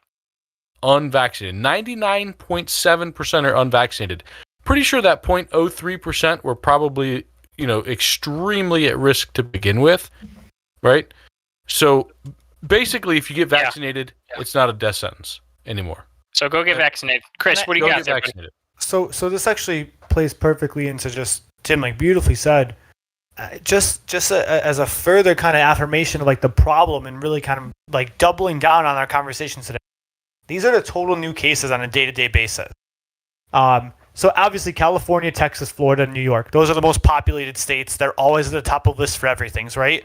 So you don't need to have a big data mine for this. Let's just look at this for the numbers that it is. California, with a massive population, had Sort by 5,000 total cases per 1 million population. Sure. Or new case. Do they have new cases by 1 million? They don't. So, Yeah, but they these don't. are They new I don't cases. see that. But let's just look at this. Oh, no, they do. Yeah. Oh, yeah, they have total cases. It's in the middle, right there. Sort by that. Sure, but But let's that's just, not new cases. this is new cases yesterday in the state. Oh, you're right. Oh, okay. Just for the whole state. 5,000. Well, that is. He's saying we wish we could sort on that column per 1 million population. No, I get it, but I just want to hone in on this. It is terrifying to me that a place like Missouri, which is a fraction of a total population of California, is almost on par, and it actually gets worse if you look at today. Almost 3,000, half of all of California's cases, Missouri is accounting for. 3,000 Missouri cases, 6,000 California. Let's toot our horn real quick in Connecticut because we're really ahead of the game. Only 200 cases Hell here in yeah. Connecticut. Where's We're Ohio? also at? Oh, we're up there. Stupid Ohio. but holy crap, like that's terrifying. Like, and this tells us, like, you know, look, Miami. people are dying in conservative communities. Like, Republicans should be like freaking out. Your people are dying because like they're not getting vaccinated. Like, how is a tiny baby state like Missouri having numbers similar to a big behemoth like Texas or California? Yeah, That's I'll scary. say there's definitely other factors. Like the states probably didn't get hit as hard earlier on, so they have less herd immunity. That's Not true. speculation. A lot of the red states got hit really hard throughout the first couple All right, cycles. stand corrected. Go get your damn vaccines. So we actually really have to move on. But I mean, Moving on.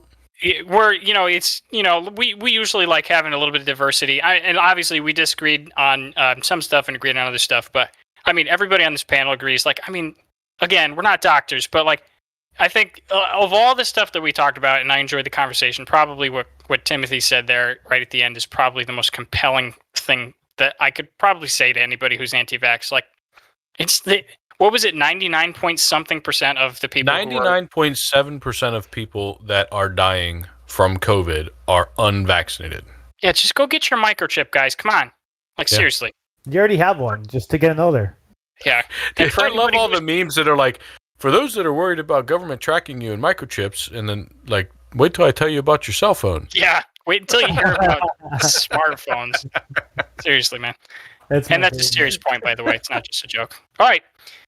Moving on. So we carved into the time for the larger subject, which we thought was going to be by what we thought was going to be the smaller subject. So we're going to do our best to end on time for you tonight. So we're going to be succinct. Timothy's going to be describing his numbers with only shapes. He's going to use shapes or fuzzy descriptions. And we're not going to talk logarithmic graphs to show. We're not going to talk about what is or is not parabolic or logarithmic at all in this podcast, I promise. So, all right. How do we set this up? Chris, you wanted to talk about this, so I'm probably going to let you open this up, right? So you have a crazy contention, which I love because it's so crazy, but I think it's also crazy. Let's talk about it. So what do you think? Crazy. What do you think the problem is, and what do you want to do about it? So I actually got a lot to share tonight. I mean, relatively speaking, is I think that we our country, our world needs to stand on environment in a very aggressive, progressive way. I believe that right now, and I say this as someone who works in child welfare. That's like what I've dedicated. That is, I work on the political side of child welfare. I wholeheartedly believe that environmental issues is the most pressing issue of our world today, beyond human trafficking, beyond housing, beyond economics, because everything, I look at it like this. A lot of the world's existential. A lot of the world's problems when it comes to, like, we're talking homelessness or poverty can be ended by housing first initiatives, right? Like, if we just give homeless people a house, data shows it actually kind of ends the problem of drugs and whatnot. I believe environmentalism is that for everything else. Could tackle this as a global society in an aggressive, I believe that we can help combat some serious problems that we're going to see. Because right now, look at so I want to share you guys a graph real quick because we love graphs. Tim likes graphs. right now, you know, Nate, you had my mind jogged because ago, right? Last night. And I said, I'm like, this year, like, you know, let's look at this for one quick second. Like, you know, the great video right here. Literally fire tornadoes in Oregon. Damn. So this is Oregon burning down, and this is caused from global warming. We're seeing over 200 people killed in the U.S. Pacific Northwest heat wave. Wasn't that called from a baby reveal? No, that's a separate fire. There's a California fire from a baby reveal. This one is purely environmental. Another one. This one is actually mind-blowing. There's actually scientists in Dubai that are electrocuting. Wait, that's fantastic. I love it. They can pay scientists to make it rain? Like, what do you mean? I think you spelled wizards wrong. That's amazing. So it really is wizards. When you have buildings that tall, you can get up into the clouds. It's no problem. Crazy. United Arab Emirates meteorological officials released a video. We scroll down. Where is it? Scientists created rainstorms by launching drones, which then zapped clouds with electricity. Are you kidding Jolting me? droplets in clouds can cause them to clump together, researchers found. Look at this. I'm showing a video for our viewers. Like, that's a downpour in the middle of the day. Like, Dude, I swear those drivers are like, what do I do? Yeah, exactly. Somebody was like, thought it was the apocalypse, right? Like, turn your wipers on. I don't have Oh wipers. my god. So Nate, before one graph, and then I'll kick the ball into your guys' court. Sure. Something you said is like, well, maybe it's just a really bad year, right? Like maybe this is the equivalent of when the senator throws a snowball and like, oh, it's a really bad winter, so global warming isn't real, right? And I'm like, you had my mind going. I'm like, all right, maybe this is just a really hot year. But if we look at something kind of terrifying, this is completely challenges that notion. So what we're looking at right now is it's a graph. I have that graph too. Yeah. So wait, you have that graph? Not that website. Oh, okay, all right, not that data graph. So this one is phenomenal. It's what we can actually see is the amount of billions. So as of 1980, that is when the National Weather Institute really started tracking this type of stuff. So the past 40 years of data, which coincides with the graph Tim showed in the previous, where we see whereas I guess the world was getting warmer anyways, we see CO2 emissions massively boosting up the world.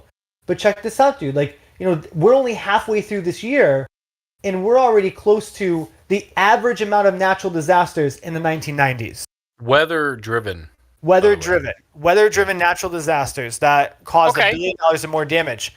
So describe the general trend on there for the people who can't see it. So yeah, we're seeing an upward increase, right? Like every year, there's a little bit more. I'm going to make it simple for our viewers. I'm not going to be, well, the t-test said this. Right now what we see is that there's an increase.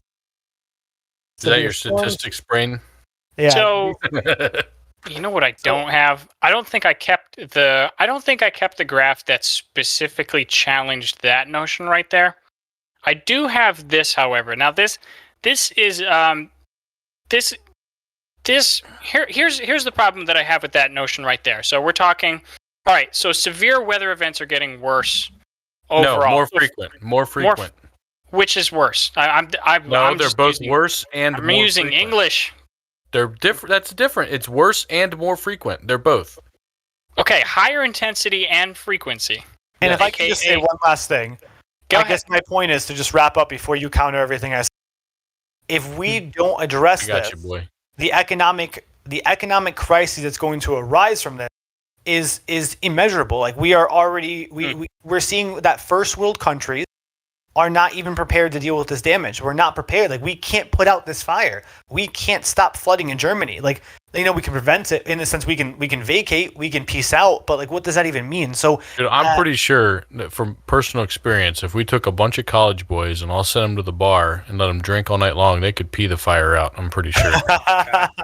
I bet that's the answer. But yeah, so probably I think what we should do. Right now we need to start doing aggressive policies that say, both positive and negative. We need to subsidize electric roofing or solar roofing. We need to subsidize solar cars. We need to penalize pollution. We need to penalize companies and corporations that are mass.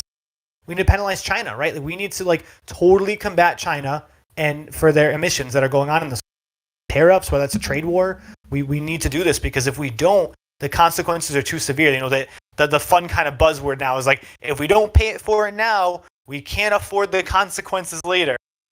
That's my spiel. But Nate, feel free to like say I'm an idiot. So No. as you're looking your stuff up, let me summarize. No, I know you're not going to say What- I'm an idiot. I know. Let me summarize my points of view, and then I'll defend it as you go against it. Sure. Yeah, yeah. Because I pretty much agree with Chris, but I believe climate change is real.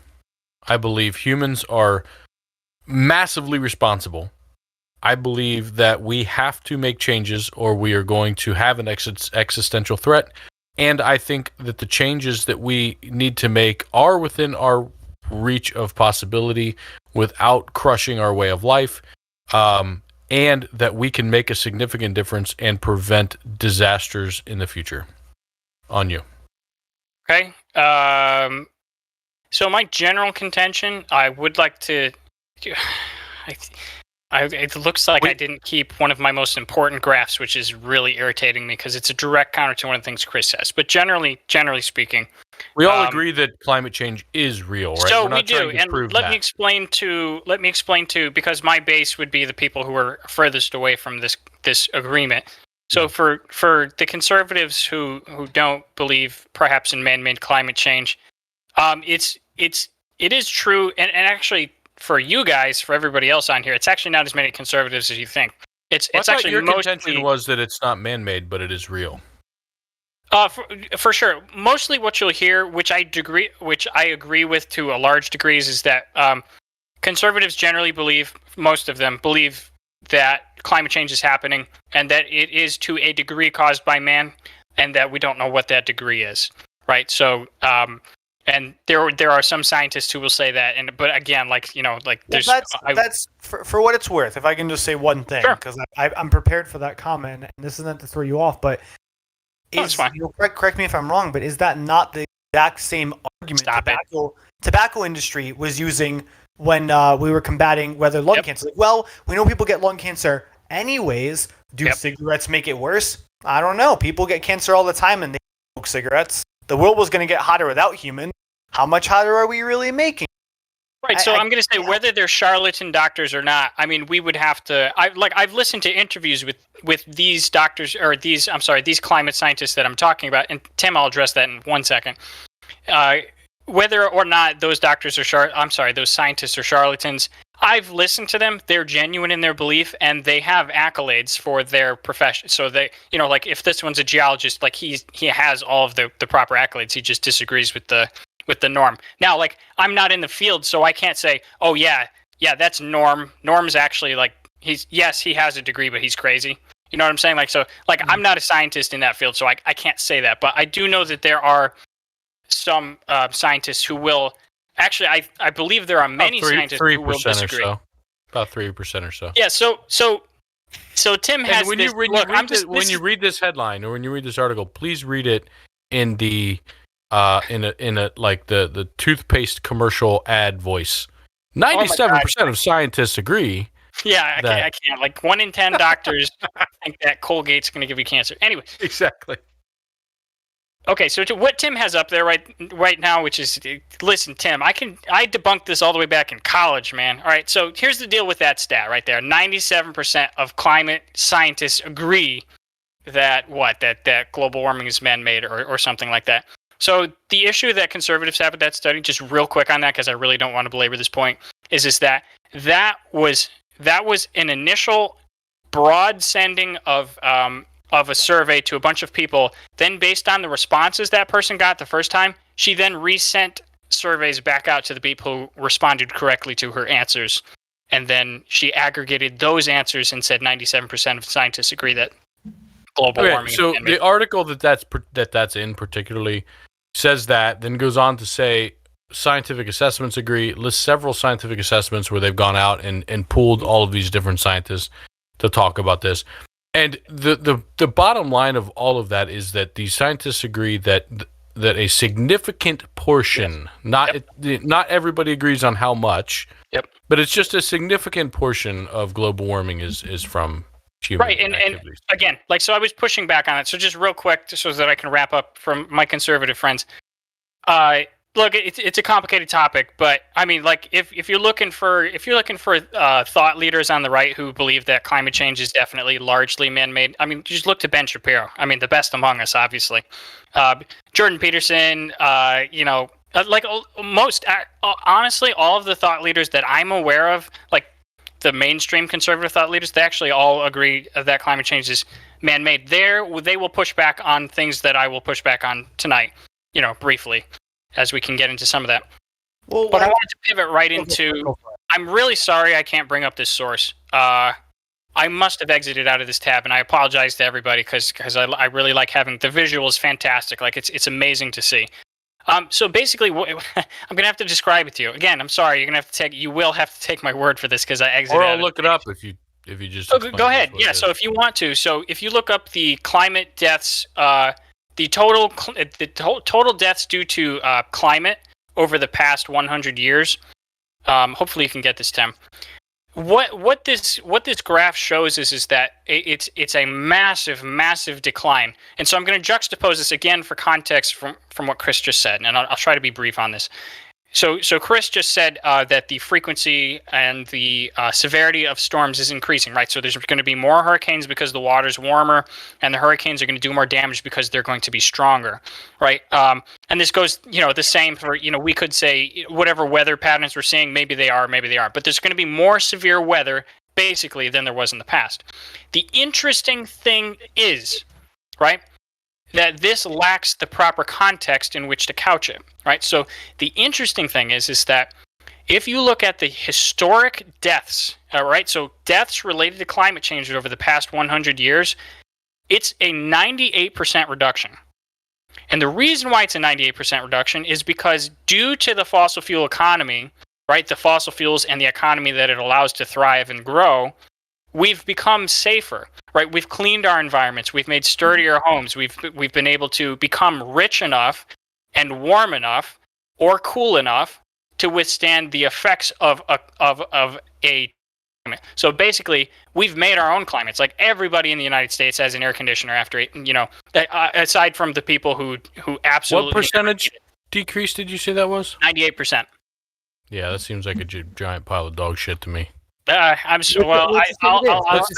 on. Before you say anything on that, I say that because what percentage of the population is actually in countries that have air conditioning or electricity or other things? And then I probably pulled up U.S. deaths. I'll look for it. So, but I want. So I would probably say, okay, fine, U.S. deaths. Yeah. I may. Give into that, but global deaths that's bullshit. I think that's, let's just say it's true, right? Like, let's say like we have become more fortified, maybe to a point, but as of right now as well, like we're experiencing weather that we're just not prepared for. And even if third world countries, South America, the coastlines, there's just no way. These are people that are. I have it right here. I was looking at it the whole time. Can I bring this up real quick? Like, put a pin in that. Good. Go for it. I had it. I was literally looking at it the whole time. You're really good at this. I'm sorry. I work really hard as an American, right? So I'm tired right now. Sorry about this. But this was it right here in front of my face. So this is deaths from, for those who are listening, I have a graph in front of me. It says the title of it is Deaths from Climate and Non-Climate Catastrophes. And we don't really care about the non-climate. That's like earthquakes, tsunamis, and volcanoes. So we're not, that's not like, it's not nature related, but not climate related. Right, exactly. Okay. So, but the line that we're concerned about right here is climate related deaths. And if you could see is this logarithmic? It very likely is, Timothy, but we're not going to get into that. But you can see that it obviously the trend line goes off to the left, which is before 1920, and it's that's not fair to say. I could extrapolate that out to a high degree because of certainty. Population also is varied. So at some point, less. If you continued that trend line as you're saying you could, eventually would intersect population. exceed the population. So you Yeah, can't I just know. do that. I know. You're right. So it's probably a double logarithmic, right? It's logarithmic one way. Okay, whatever. So all right. So look. So the We'll main make that T-shirt. It's double logarithmic. it's double logarithmic. That's not a thing. I'm pretty sure. I did take math in college. Okay, let me just get this out. Okay. So my point is that in the context of what Chris is saying, this is very, very important, right? So that we naturally think that if the storms increase in their frequency and severity, more people are going to die from them. And it seems that the problem with that is that, like, strip everything away, strip politics, strip your own emotions, and go zen on this. I have a graph right here showing that climate deaths have been decreasing over the centuries as the temperature has gotten hotter, right? And that includes till today. The temperatures are still What's going the down. starting date I'm on sorry, that? the deaths are still going down. 1920. Yes, Okay. this starts in 1920. So again, this shows a 98% over the previous century. It shows a 98% reduction in climate-related deaths. So I do just want to say this. Like, I'm going to pretend that this is all 100% accurate. There's no, like, variation here. Right. There's nothing I can combat with. There's another dynamic to this. Is one, we've already talked about first world countries are obviously more prepared than third world countries when it comes to climate change and developing nations. Another dynamic to this is like, look, I get it. I'm not going to die if a flood goes through Connecticut, but the quality of my life is going to go significantly down if my house literally like melts in a flood, right? So I think that True. Whereas we may not be dying, like, do we want to live in like in a ravaged world by climate, like where like it's constantly hot out, where it's 100 degrees, we constantly, like, Oregon's on fire, California's in a drought, people are rationing water, importing Poland Spring, like, right, like the cost of living is going to go up because of the cost of resources. Like, these are all things that, like, we shouldn't just be striving not to die, right? Like, if all I did in life was strive not to die, then I would have succeeded a long time ago, past my parents. I want to say something on that data point, because I looked it up real quick. I pulled up that website now that I knew it was from the FEE. And looking at it, so it is U.S., which is important to specify. And then second to that, like, you start looking at when this was happening and think about what would impact weather-related deaths. So hurricanes coming in, well, being able to tell people, hey, hurricanes are coming in, please get the fuck out, right? Okay, that's going to be a big one. Tornadoes, weather warnings, awareness, technology that can predict these things coming so you can prepare, you can shutter your windows, you can hide in the basement, all of that stuff. That's going to play a major, major, major factor in being able to deal with these weather-related effects. And what's The fact that stuff is there, and that we've been able to put these safety precautions in place, isn't a reason to say, well, we should just keep warming up the planet then. I do also, right? I agree, Like, to but me, that's it an is in asinine context. statement. It matters because all of these things would not have, if we did not become a wealthy industrialized first world nation that used fossil fuels to get here, we would not have those tools. Right, but Let's give ourselves a clap. You're, Right, you're but now, like- assuming that by continuing to use only these energy No, sources, I never stated that. I never stated right? that. I think Like by pulling this up and making the contention you did, and I don't think anyone here is arguing that we should go back in time and prevent anyone from using fossil fuels or prevent anyone from letting civilization and the culture. Well, I'm Chris May. I'm not making this argument. I do just want to say, I'll go for it, Tim. My bad. But so no one's saying we should go. I'm not saying we should go back in time and stop the things. But going forward, right? These things are in place. These technologies are here. Let's continue to use them. Great. But going forward, we have the ability, we have the technology, and we should have the drive to move away from fossil fuels. Not overnight, not tomorrow, right? Not turn the valve off, not make policy that says nobody can drive a gas car anymore. But these need to be the drives forward because we see what this is doing in the future. I do Chris, just want to say real quick. I was going to say, go ahead. Real quick. Comparing ourselves to the 1920s as well is the equivalent of like these three professional soccer players beating 100 kids at a game. Can we just acknowledge that the 1920s literally sold heroin over the counter? Like the 1920s was like, you want heroin? Absolutely. Well, that seems like an advantage, though. of being. Well, yeah, exactly. That's an You see that, advantage though, like- we don't have. Look at that. They just kick it right over the 100 kids.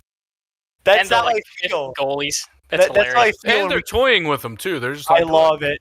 They're like, you stupid 10-year-olds. Yeah, I Chris, think that's Chris, I think look, that's a the great point, though. I'm like, take all of that into aggregation. We are a wealthy first world nation, and it's Yes. literally all possible because of fossil fuels. Sure. I'm not saying that we didn't need those to get to where we are today. I'm saying that with the knowledge and the capabilities we have today, we should strive for a better tomorrow. And so some of the things that we can Both of do. you on that point, because both of you have said that. So Why something- not continue the trend of becoming wealthier and safer? Right? Why do we Sure, have there's to freeze here? It's like, okay, good, we have radar. Now we first can off, stop. wealthier and safer are not the same thing. No, and there's ways to Yes, there's ways to it is. navigate this. Arguably. No, it's Here, not. Nate, this is one that you Arguably will- not. I think this one will get your views going. Sure. This I do want to say this article does not age well given the current storm in Texas. But Texas is a unique case study when it comes. So you need to read this. But A lot of words. basically, It's a lot of words. I can attach it to like our podcast. I read through it. Basically, it's fuck you, Siri. My Siri just went off after I said Texas. Russia. Ted Cruz is watching me. Anyways, Yeah. something very unique about Texas that can be incorporated to other parts of the country that would actually increase renewable energy. So I'm not saying reduce what we currently. I'm not saying like we should go back to caveman era by just stop using gasoline and only have windmills, right? I'm saying it's going to be we need to put in programs that expedite that. One of those things you can do is fully free market with electrical grid. So Texas shouldn't have its own electrical grid. That's the problem here. They should be connected to the rest of the world. Now we're getting into Why? free market arguments Why? there. Why?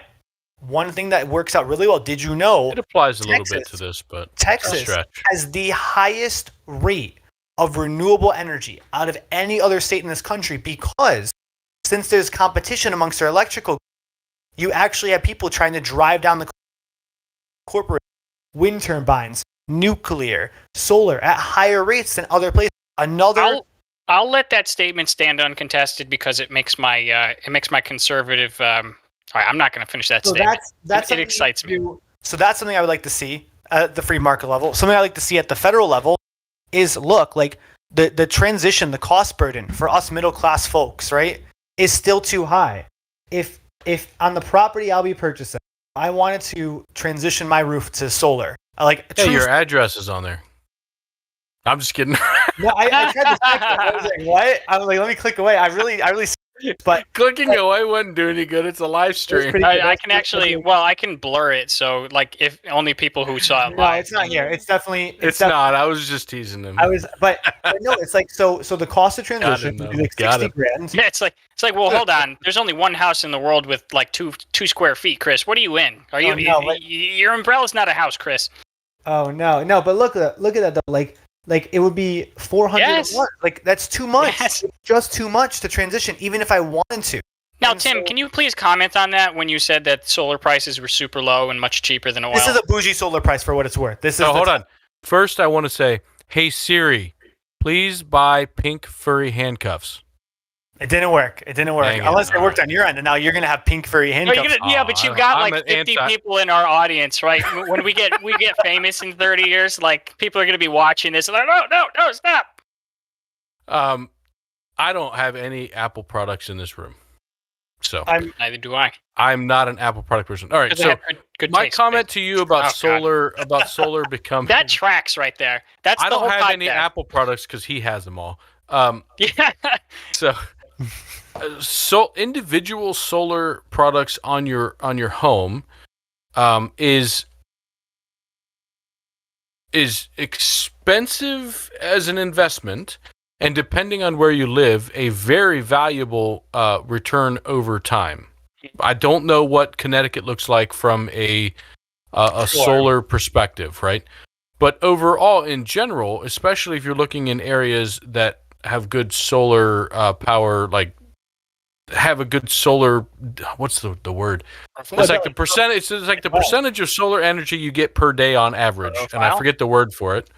Profile's Index? fine. Yeah, that's not the Index? word I'm looking for, but it's gets the point across. in areas that have a decent one like that, like Ohio isn't that great, but even Ohio is like 11-year return on your investment. Yeah. Well, I think part of it is and that's on an individual home basis. That's not on a commercial sized facility basis. Totally. When you start getting up into the commercial size, it is extremely competitive with fossil fuels. All The right. downside is mostly, I mean, I don't want to say purely because it's not 100%, but almost purely, it's mostly the fact that it is a cyclical energy source that can't be turned on and off when needed, and that we don't have great energy storage That was my solutions point. to Yeah. date.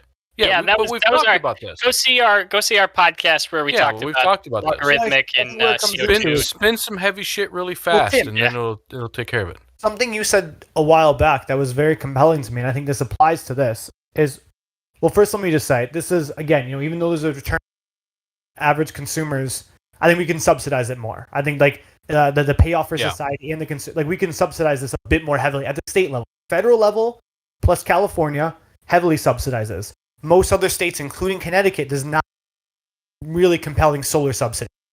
Something you said, say, that was really compelling, like, in the electric car argument, right? It's not that. So for someone like me, I take a road trip once in a while. So I was like, oh, maybe electric cars make. That's not the case. If the majority of my year I'm driving an electric car, then the cost benefit, I can always just rent a drive it through the weekend and bring it back. And So many people don't think about that. They're like, I want to be able to take a trip. Right. It's okay to do those things, and on average, it equals out. So I imagine that's how. Well, we're also, I mean, don't underestimate how convenience-driven we are. I mean, that's why Well, Jeff Bezos was able to get the space today. Hold on. Did you hear Jeff Bezos? I'm cutting you off, Chris. I wanted to say this earlier, and you said it again. I have to say it. Yeah. Did you hear Jeff Bezos literally say, "Thank you, Amazon customers and employees. You paid for this." I love it. It's so awful. It's like everything. It's like the Mark wet dream. It's like that's what we want them to say. It makes our life easier. I have absolutely no problem with that. I know you don't. You're like, yeah, we paid for it. If he would have just said, "Thank you, Amazon customers," I probably would have not thought much of it. But the fact that he's like, "Also employees, because I'm taking advantage of you too," then I'm like, yeah, that came out wrong. Hey, my look, dude. man, he had to match his statements. There's no way. Like, what do you mean his employees paid for it? I think he just wanted to thank both his customers and his employees. I think his intentions were genuine, but it came across very exploitative, right? I was able to make billions off of you to fund myself to fly into space, right? Like that. Yeah. I'm not as on it as it sounds. I just thought it was a hilarious statement. Jeff, so anyway, sorry for interrupting. No, I mean, I imagine like that would apply to me. The logic applies to the house. It's like, it's not that I'm gonna rip out the natural gas line. It's not that I'm gonna rip out the power grid. It's just saying that like the majority of our electricity is solar. And when it's nice out and when it rains, you use the power grid. You use the natural gas line for your heat. Right? There's ways around it. It's not that we need. It's not 100% flip to solar. It's like a 70% flip to solar. Yeah, we're kind of like we're dipping back into that other podcast we have. Like I don't like solar. Not a big fan of it. Bunch of different reasons, but I mean, like because you're Republican. It's just harder on the grid, man. It's unreliable, et cetera, et cetera, et cetera. So we've already been over all that. You can't tell me that this. I'm pretty sure the sun coming up every day is damn reliable. I'm just saying. You can't tell me these things aren't the craziest. Oh, look, man, I got no problem with that. Give me one of those. Where's the video of Biden driving the electric truck? Oh, that's pretty sick. That was the Raptor, wasn't it, or something like that? That was awesome. He tells the guy wants to run him over. I love this. $7,500 tax credit, $3,500 for that baby. That's beautiful, man. No, it's nice. Yeah. Still expensive. What do you guys think about this graph? I well, it's got a lot of pink on it. A lot of pink. All right, so basically, this is a breakdown. Oh yes, I wanted to bring this up. This is important. CO2 emissions by each country. Because Chris wanted to talk about sanctions on China. That was actually part of the reason why we wanted to talk about that. That's why I had this. That's why I had this available. Yeah, I have like look at how many tabs I have to still go through. I know. I got a bunch. I close them after we talk about them. This is untalked about tabs, okay? This one does not say what you think it says. Just saying, okay? So subscribe here for the extra 3 hours after this where Timothy talks us to death and we just try to go to sleep for 3 hours, but he won't let us. each country's share of CO2 emissions. That's what this. I literally just tried to move this tab in my OBS. All right. A little too much apple juice. So anyway, China makes up 28% of the global CO2 emissions at this point. Right. This is as of August last year. U.S. is 15%. I mean, we're up there. I ain't gonna say we ain't. We're up there. Okay, we ain't innocent here. The rest of the world, excluding all these other people, is 21%. So anyway, China, then U.S., then India, then Russia, then Japan, Germany, Iran? a bunch of other people, right? What I say? Did I say Iran? No, you didn't even say it. I didn't realize it was called the Islamic Republic of Iran. Oh, I didn't get to I that was one. just kinda I like- stopped. Yeah, I stopped after Germany. Yeah, it's down to 2% at that point for those who can't see. So it's a pie chart he's got up here. I mean, and a fully over, obviously it's 28%, so over a quarter of it's China, and then it's got a gray thing for the rest of people. But then it's, you know, the United States is 15%, and like it goes down. But like when he gets to like, I mean, he just went down 5, and then you're at like 2% of the world's emissions. It's crazy. Yeah. So of the vast majority, I mean, if you wanted to cut out almost, what would that shit? Is that a half? Yeah, basically half of the world's emissions is U.S., China, and India. Yeah. So I think that. yeah, go ahead, Chris. I want to. What do you want to do about this? Like, tell the audience what you want to do about this. I don't know if I'm going to disagree with you, but go ahead. Yeah, no, I mean we should trade war the hell out of China. We should actually put penalties. And, like, Trump style, right? We should No, we should really. also trade war the United States. Yeah. Oh, stop I mean, it. I think we have no excuse at this point because we have everything we need. We're the wealthiest country, political capital, the financial capital to really start doing things like free market the electrical grid, start offering heavier subsidies on electric cars. These are things that we can literally do. Actually, Yep. Force. But the fossil Large fuel companies. lobbyists pay so well. Oh, stop They it. really do. I can be making deep six figs right now if I really to not work in child welfare. But anyways, I don't know if I can be friends with you anymore. I would never ever be an oil lobbyist. I would rather die. Why? The money's so good. Yeah, so is hell apparently. So I'm not religious. but no. Give me that money, baby. with China, I think that we need to really until we start seeing China. One, I mean China all around. We need to see them do and humanitarian. Yeah. But we also need to see that they're actively regulating, reducing fossil fuel consumption, reducing oil. I think they're starting to. Yeah, they need to be more aggressive. Like it's just the fact that they're pumping out a third of the world's carbon emissions is no joke. And we're one to talk, right? We have to catch up too. We have to do better. But it's like, all right, this is seriously problematic. Like, and right now they've clearly China's gone through a heavy industrial. Of course, they're putting out more carbon emissions, but they're also industrializing at this point on a debt society. Like, you know, China builds empty. They just build them like totally empty cities because it employs their population in the urban district, and it just kind of keeps like growth occurring. There is higher in China. Those weren't necessary. Additionally, and this is what I would argue, it's not so much carbon emissions either. When I think of the climate change, I think of the world. Look at the sand digging they're doing. They've permanently altered like parts of like entire like beaches, oceans, rivers, Yep. because they've dug out so much sand for construction. Those are things that we need to curb, like dumping in their right. Yeah. These are problematic things. Like it's not just a solution that China is just like, yeah, whatever, let's just dump it. It's like us and we're just like, yeah, just dump it in the river. Yeah, look, I mean, I have no problems with sanctioning China. I generally agree that, we should be hitting them. There is this one thing. I'm not gonna necessarily disagree with you, and we basically got to wrap up here pretty soon. But Nope. I think we all generally agree sanctions on China is probably a good thing. For whatever reason, like especially since they're actively committing genocide right now. I'm honestly like. It just boggles my mind in some ways and not others that we're still trading with a country who's actively doing cultural genocide right now, right? All for the money.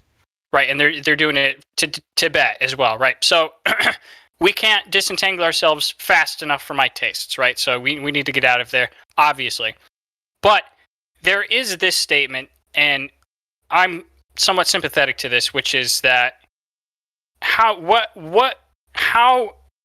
morally preachy is it of us? And I probably understand your argument here, but how morally preachy is it of us to become the wealthiest country in the world off the backs of fossil fuels, and then to pull the trapdoor shut behind us and say, "No, sorry, developing countries, you got to stay poor because climate change." I think the And that's not a total statement. I mean, that's a legitimate question. Like, how do you feel about that? Is that fair? Is that unfair? I'm going to double down on what I said before. It's not just about carbon emissions. It's about pollution and like responsible industrialization. I'm not saying that like we should ban Argentina from developing, even though now we do have alternatives of fuel. Obviously, of course, you know, a developing nation is not create a massive wind turbines, right? But what we can say is like the big oil lobby must be real strong in Argentina too. They got to stop, you know, polluting. We need to stop like plastic production. We can reduce certain. We can slow down and prevent certain and environmental catastrophes. Stop harvesting the rainforest in Brazil. It is insane. Like we literally. Do you realize that Brazil is burning the rainforest not because of any other reason, but to offer more land for cattle to graze? Like, it's insane. Like, I'm sorry, but like, we can reduce meat consumption. We can do these things. Like, and that's what we have to do. Why are we burning down the rainforest just because, we just want more land to farm on? Oh, yes. I'm sorry. Poor people need to eat. Okay, I eat rice. Like, I'm sorry, but like let them eat cake. You heard it here first. No, I'm kidding. Let's feast on chickens for the next 20 years so our great grandchildren drown. To bring it back to your question, I think there's a middle ground, right? Obviously, we shouldn't be able to go out and say, "Hey, you don't get to develop because fossil fuels are banned." But at the same time, we've developed past fossil fuels. We now have technologies that weren't. Let me finish. We have technologies that weren't available when we were industrializing. Mm-hmm. Those technologies can be given to and utilized in these other countries to help them industrialize in a more safe and environmentally friendly way than how we went through the process. So I'm not saying that we should go out and cut somebody down at the knees and say you don't get to do anything or that you don't get to put any CO2 into the atmosphere or anything like that. But we also have advanced beyond the technologies that we had before, have an advanced understanding compared to what we had in the 1900s about in the early 1900s about climate change and how this is affecting things. And yes, I do expect that as new information and new technologies and new understandings are available in the world, that you act differently, that you don't do the same things that you used to. That makes complete sense to me, right? And so I do think that we try and implement these procedures and these things across the board, not to try and limit people. We try and help them industrialize and advance, but also to make sure that we do it in a way that is going to allow them to actually survive 100 or 200 years down the road. One of the things we didn't get into, which I really wanted to talk about, we touched base on, and I want to throw this graph up real quick before we close, is climate change. The title of this graph is Forces Driving Climate Change, but the premise of this is to show a modeled temperature increase based on natural and human influences, the modeled increase based on purely natural influences, and then the actual observed temperature variance, right? And so if you look at the red line here, this is what just nature would do if humans weren't involved based on the model. The dark blue here is the model of humans and nature, and then the light blue is observed. And you can see when humans weren't really a big factor, the natural and the actual observed temperatures pretty well align. right? And then as humans start to become a factor in the late 1900s and into the 2000s, they diverge distinctly. But if you take into account the Sharp human... divergence in the 70s. Huh? Sharp divergence in the 70s. Yeah. And if you take into account the human influence at that point as well, which still pretty much follows the natural all the way through here, it tracks very well with the actual, right? So it's a good example of one of the many different analyses that have been done to show that humans are a driving cause of global climate change, right? For my brothers and sisters on the right. And so I've seen articles that say that we're responsible for 110% of climate change, right? And then the reason they say that is that we're also responsible for the other part of it, but human aerosols that fucked up the ozone, CFCs, actually allow for heat loss in excess of what is normal. So over the period of time that they were looking at, which was all, I think the study I was looking at that said this goes up to 2013, says that we actually caused additional heat loss, and the world would have been colder had we not been using fossil fuels. So there's a lot of different things that go into play, and it's not a simple calculation, but almost every... It's probably one of the most complex calculations we can make. Yeah, there's a lot of pieces in motion here, but almost every analysis that is done comes to the consensus that CO2 is the driving factor, and humans are the driving factor for that. And they even analyze the isotopes in the CO2 in the air and show that the isotopes that come from burning fossil fuels are the ones that are growing and not ones from natural causes, right? It's called, I wrote it down somewhere here, Delta something. Delta C13 isotope. The Delta C13 isotope is the one that tells them that. So I think... I mean, look, man, we generally... We all agree here, at least here on this podcast, we agree that humans are definitely causing this. I think we also all agree that there will be negative consequences, believe it or not. I think the main disagreement there, it's probably severity. It's also probably how much impact it's going to have. Like, obviously, I believe it's going to have less of an impact because we're going to be wealthier and safer, et cetera, et cetera. We are, as the U.S., we can deal with it a lot better than the rest of the world. So everybody else, get on that fossil fuel train real quick and get wealthy. But then we can't deal with it as well because it's going to fucking be worse. I don't think that I can think of about a dozen countries that have huge oil and fossil fuels where that hasn't played true. Argentina. Plus, we're going to be able to take all the money away from the Middle East. They're looking at you, Republicans. They're going to be able to screw up the Middle East if we just get rid of fossil fuels. Listen, okay, I kept the oil. Nobody says it, but I kept the oil. All right. All right, guys. Well, I think that's it. It's a fantastic podcast. Yeah, real fun. I've got so many tabs. I know, Tim. You always have more stuff. But to be fair to you, which I never am, but I will be now. We did run over with the smaller topic we thought would take less time. We ran into our larger topics. We did. We plowed through that, but it was That's good. Unfortunate, but all good things must come to an end. You know that energy, the heat energy imbalance thing we talked about. I had that. Wow. With logs, right? Logarithmic. No logs. I got rid of all the recursion. Was there any recursion? Sorry, everybody. Tim and I. For those of you who don't get bored by Tim and I, I'm sure we'll do specials at some time about why. So anyone wondering what this log joke is? Chris was pretty clear. He's like, listen, guys.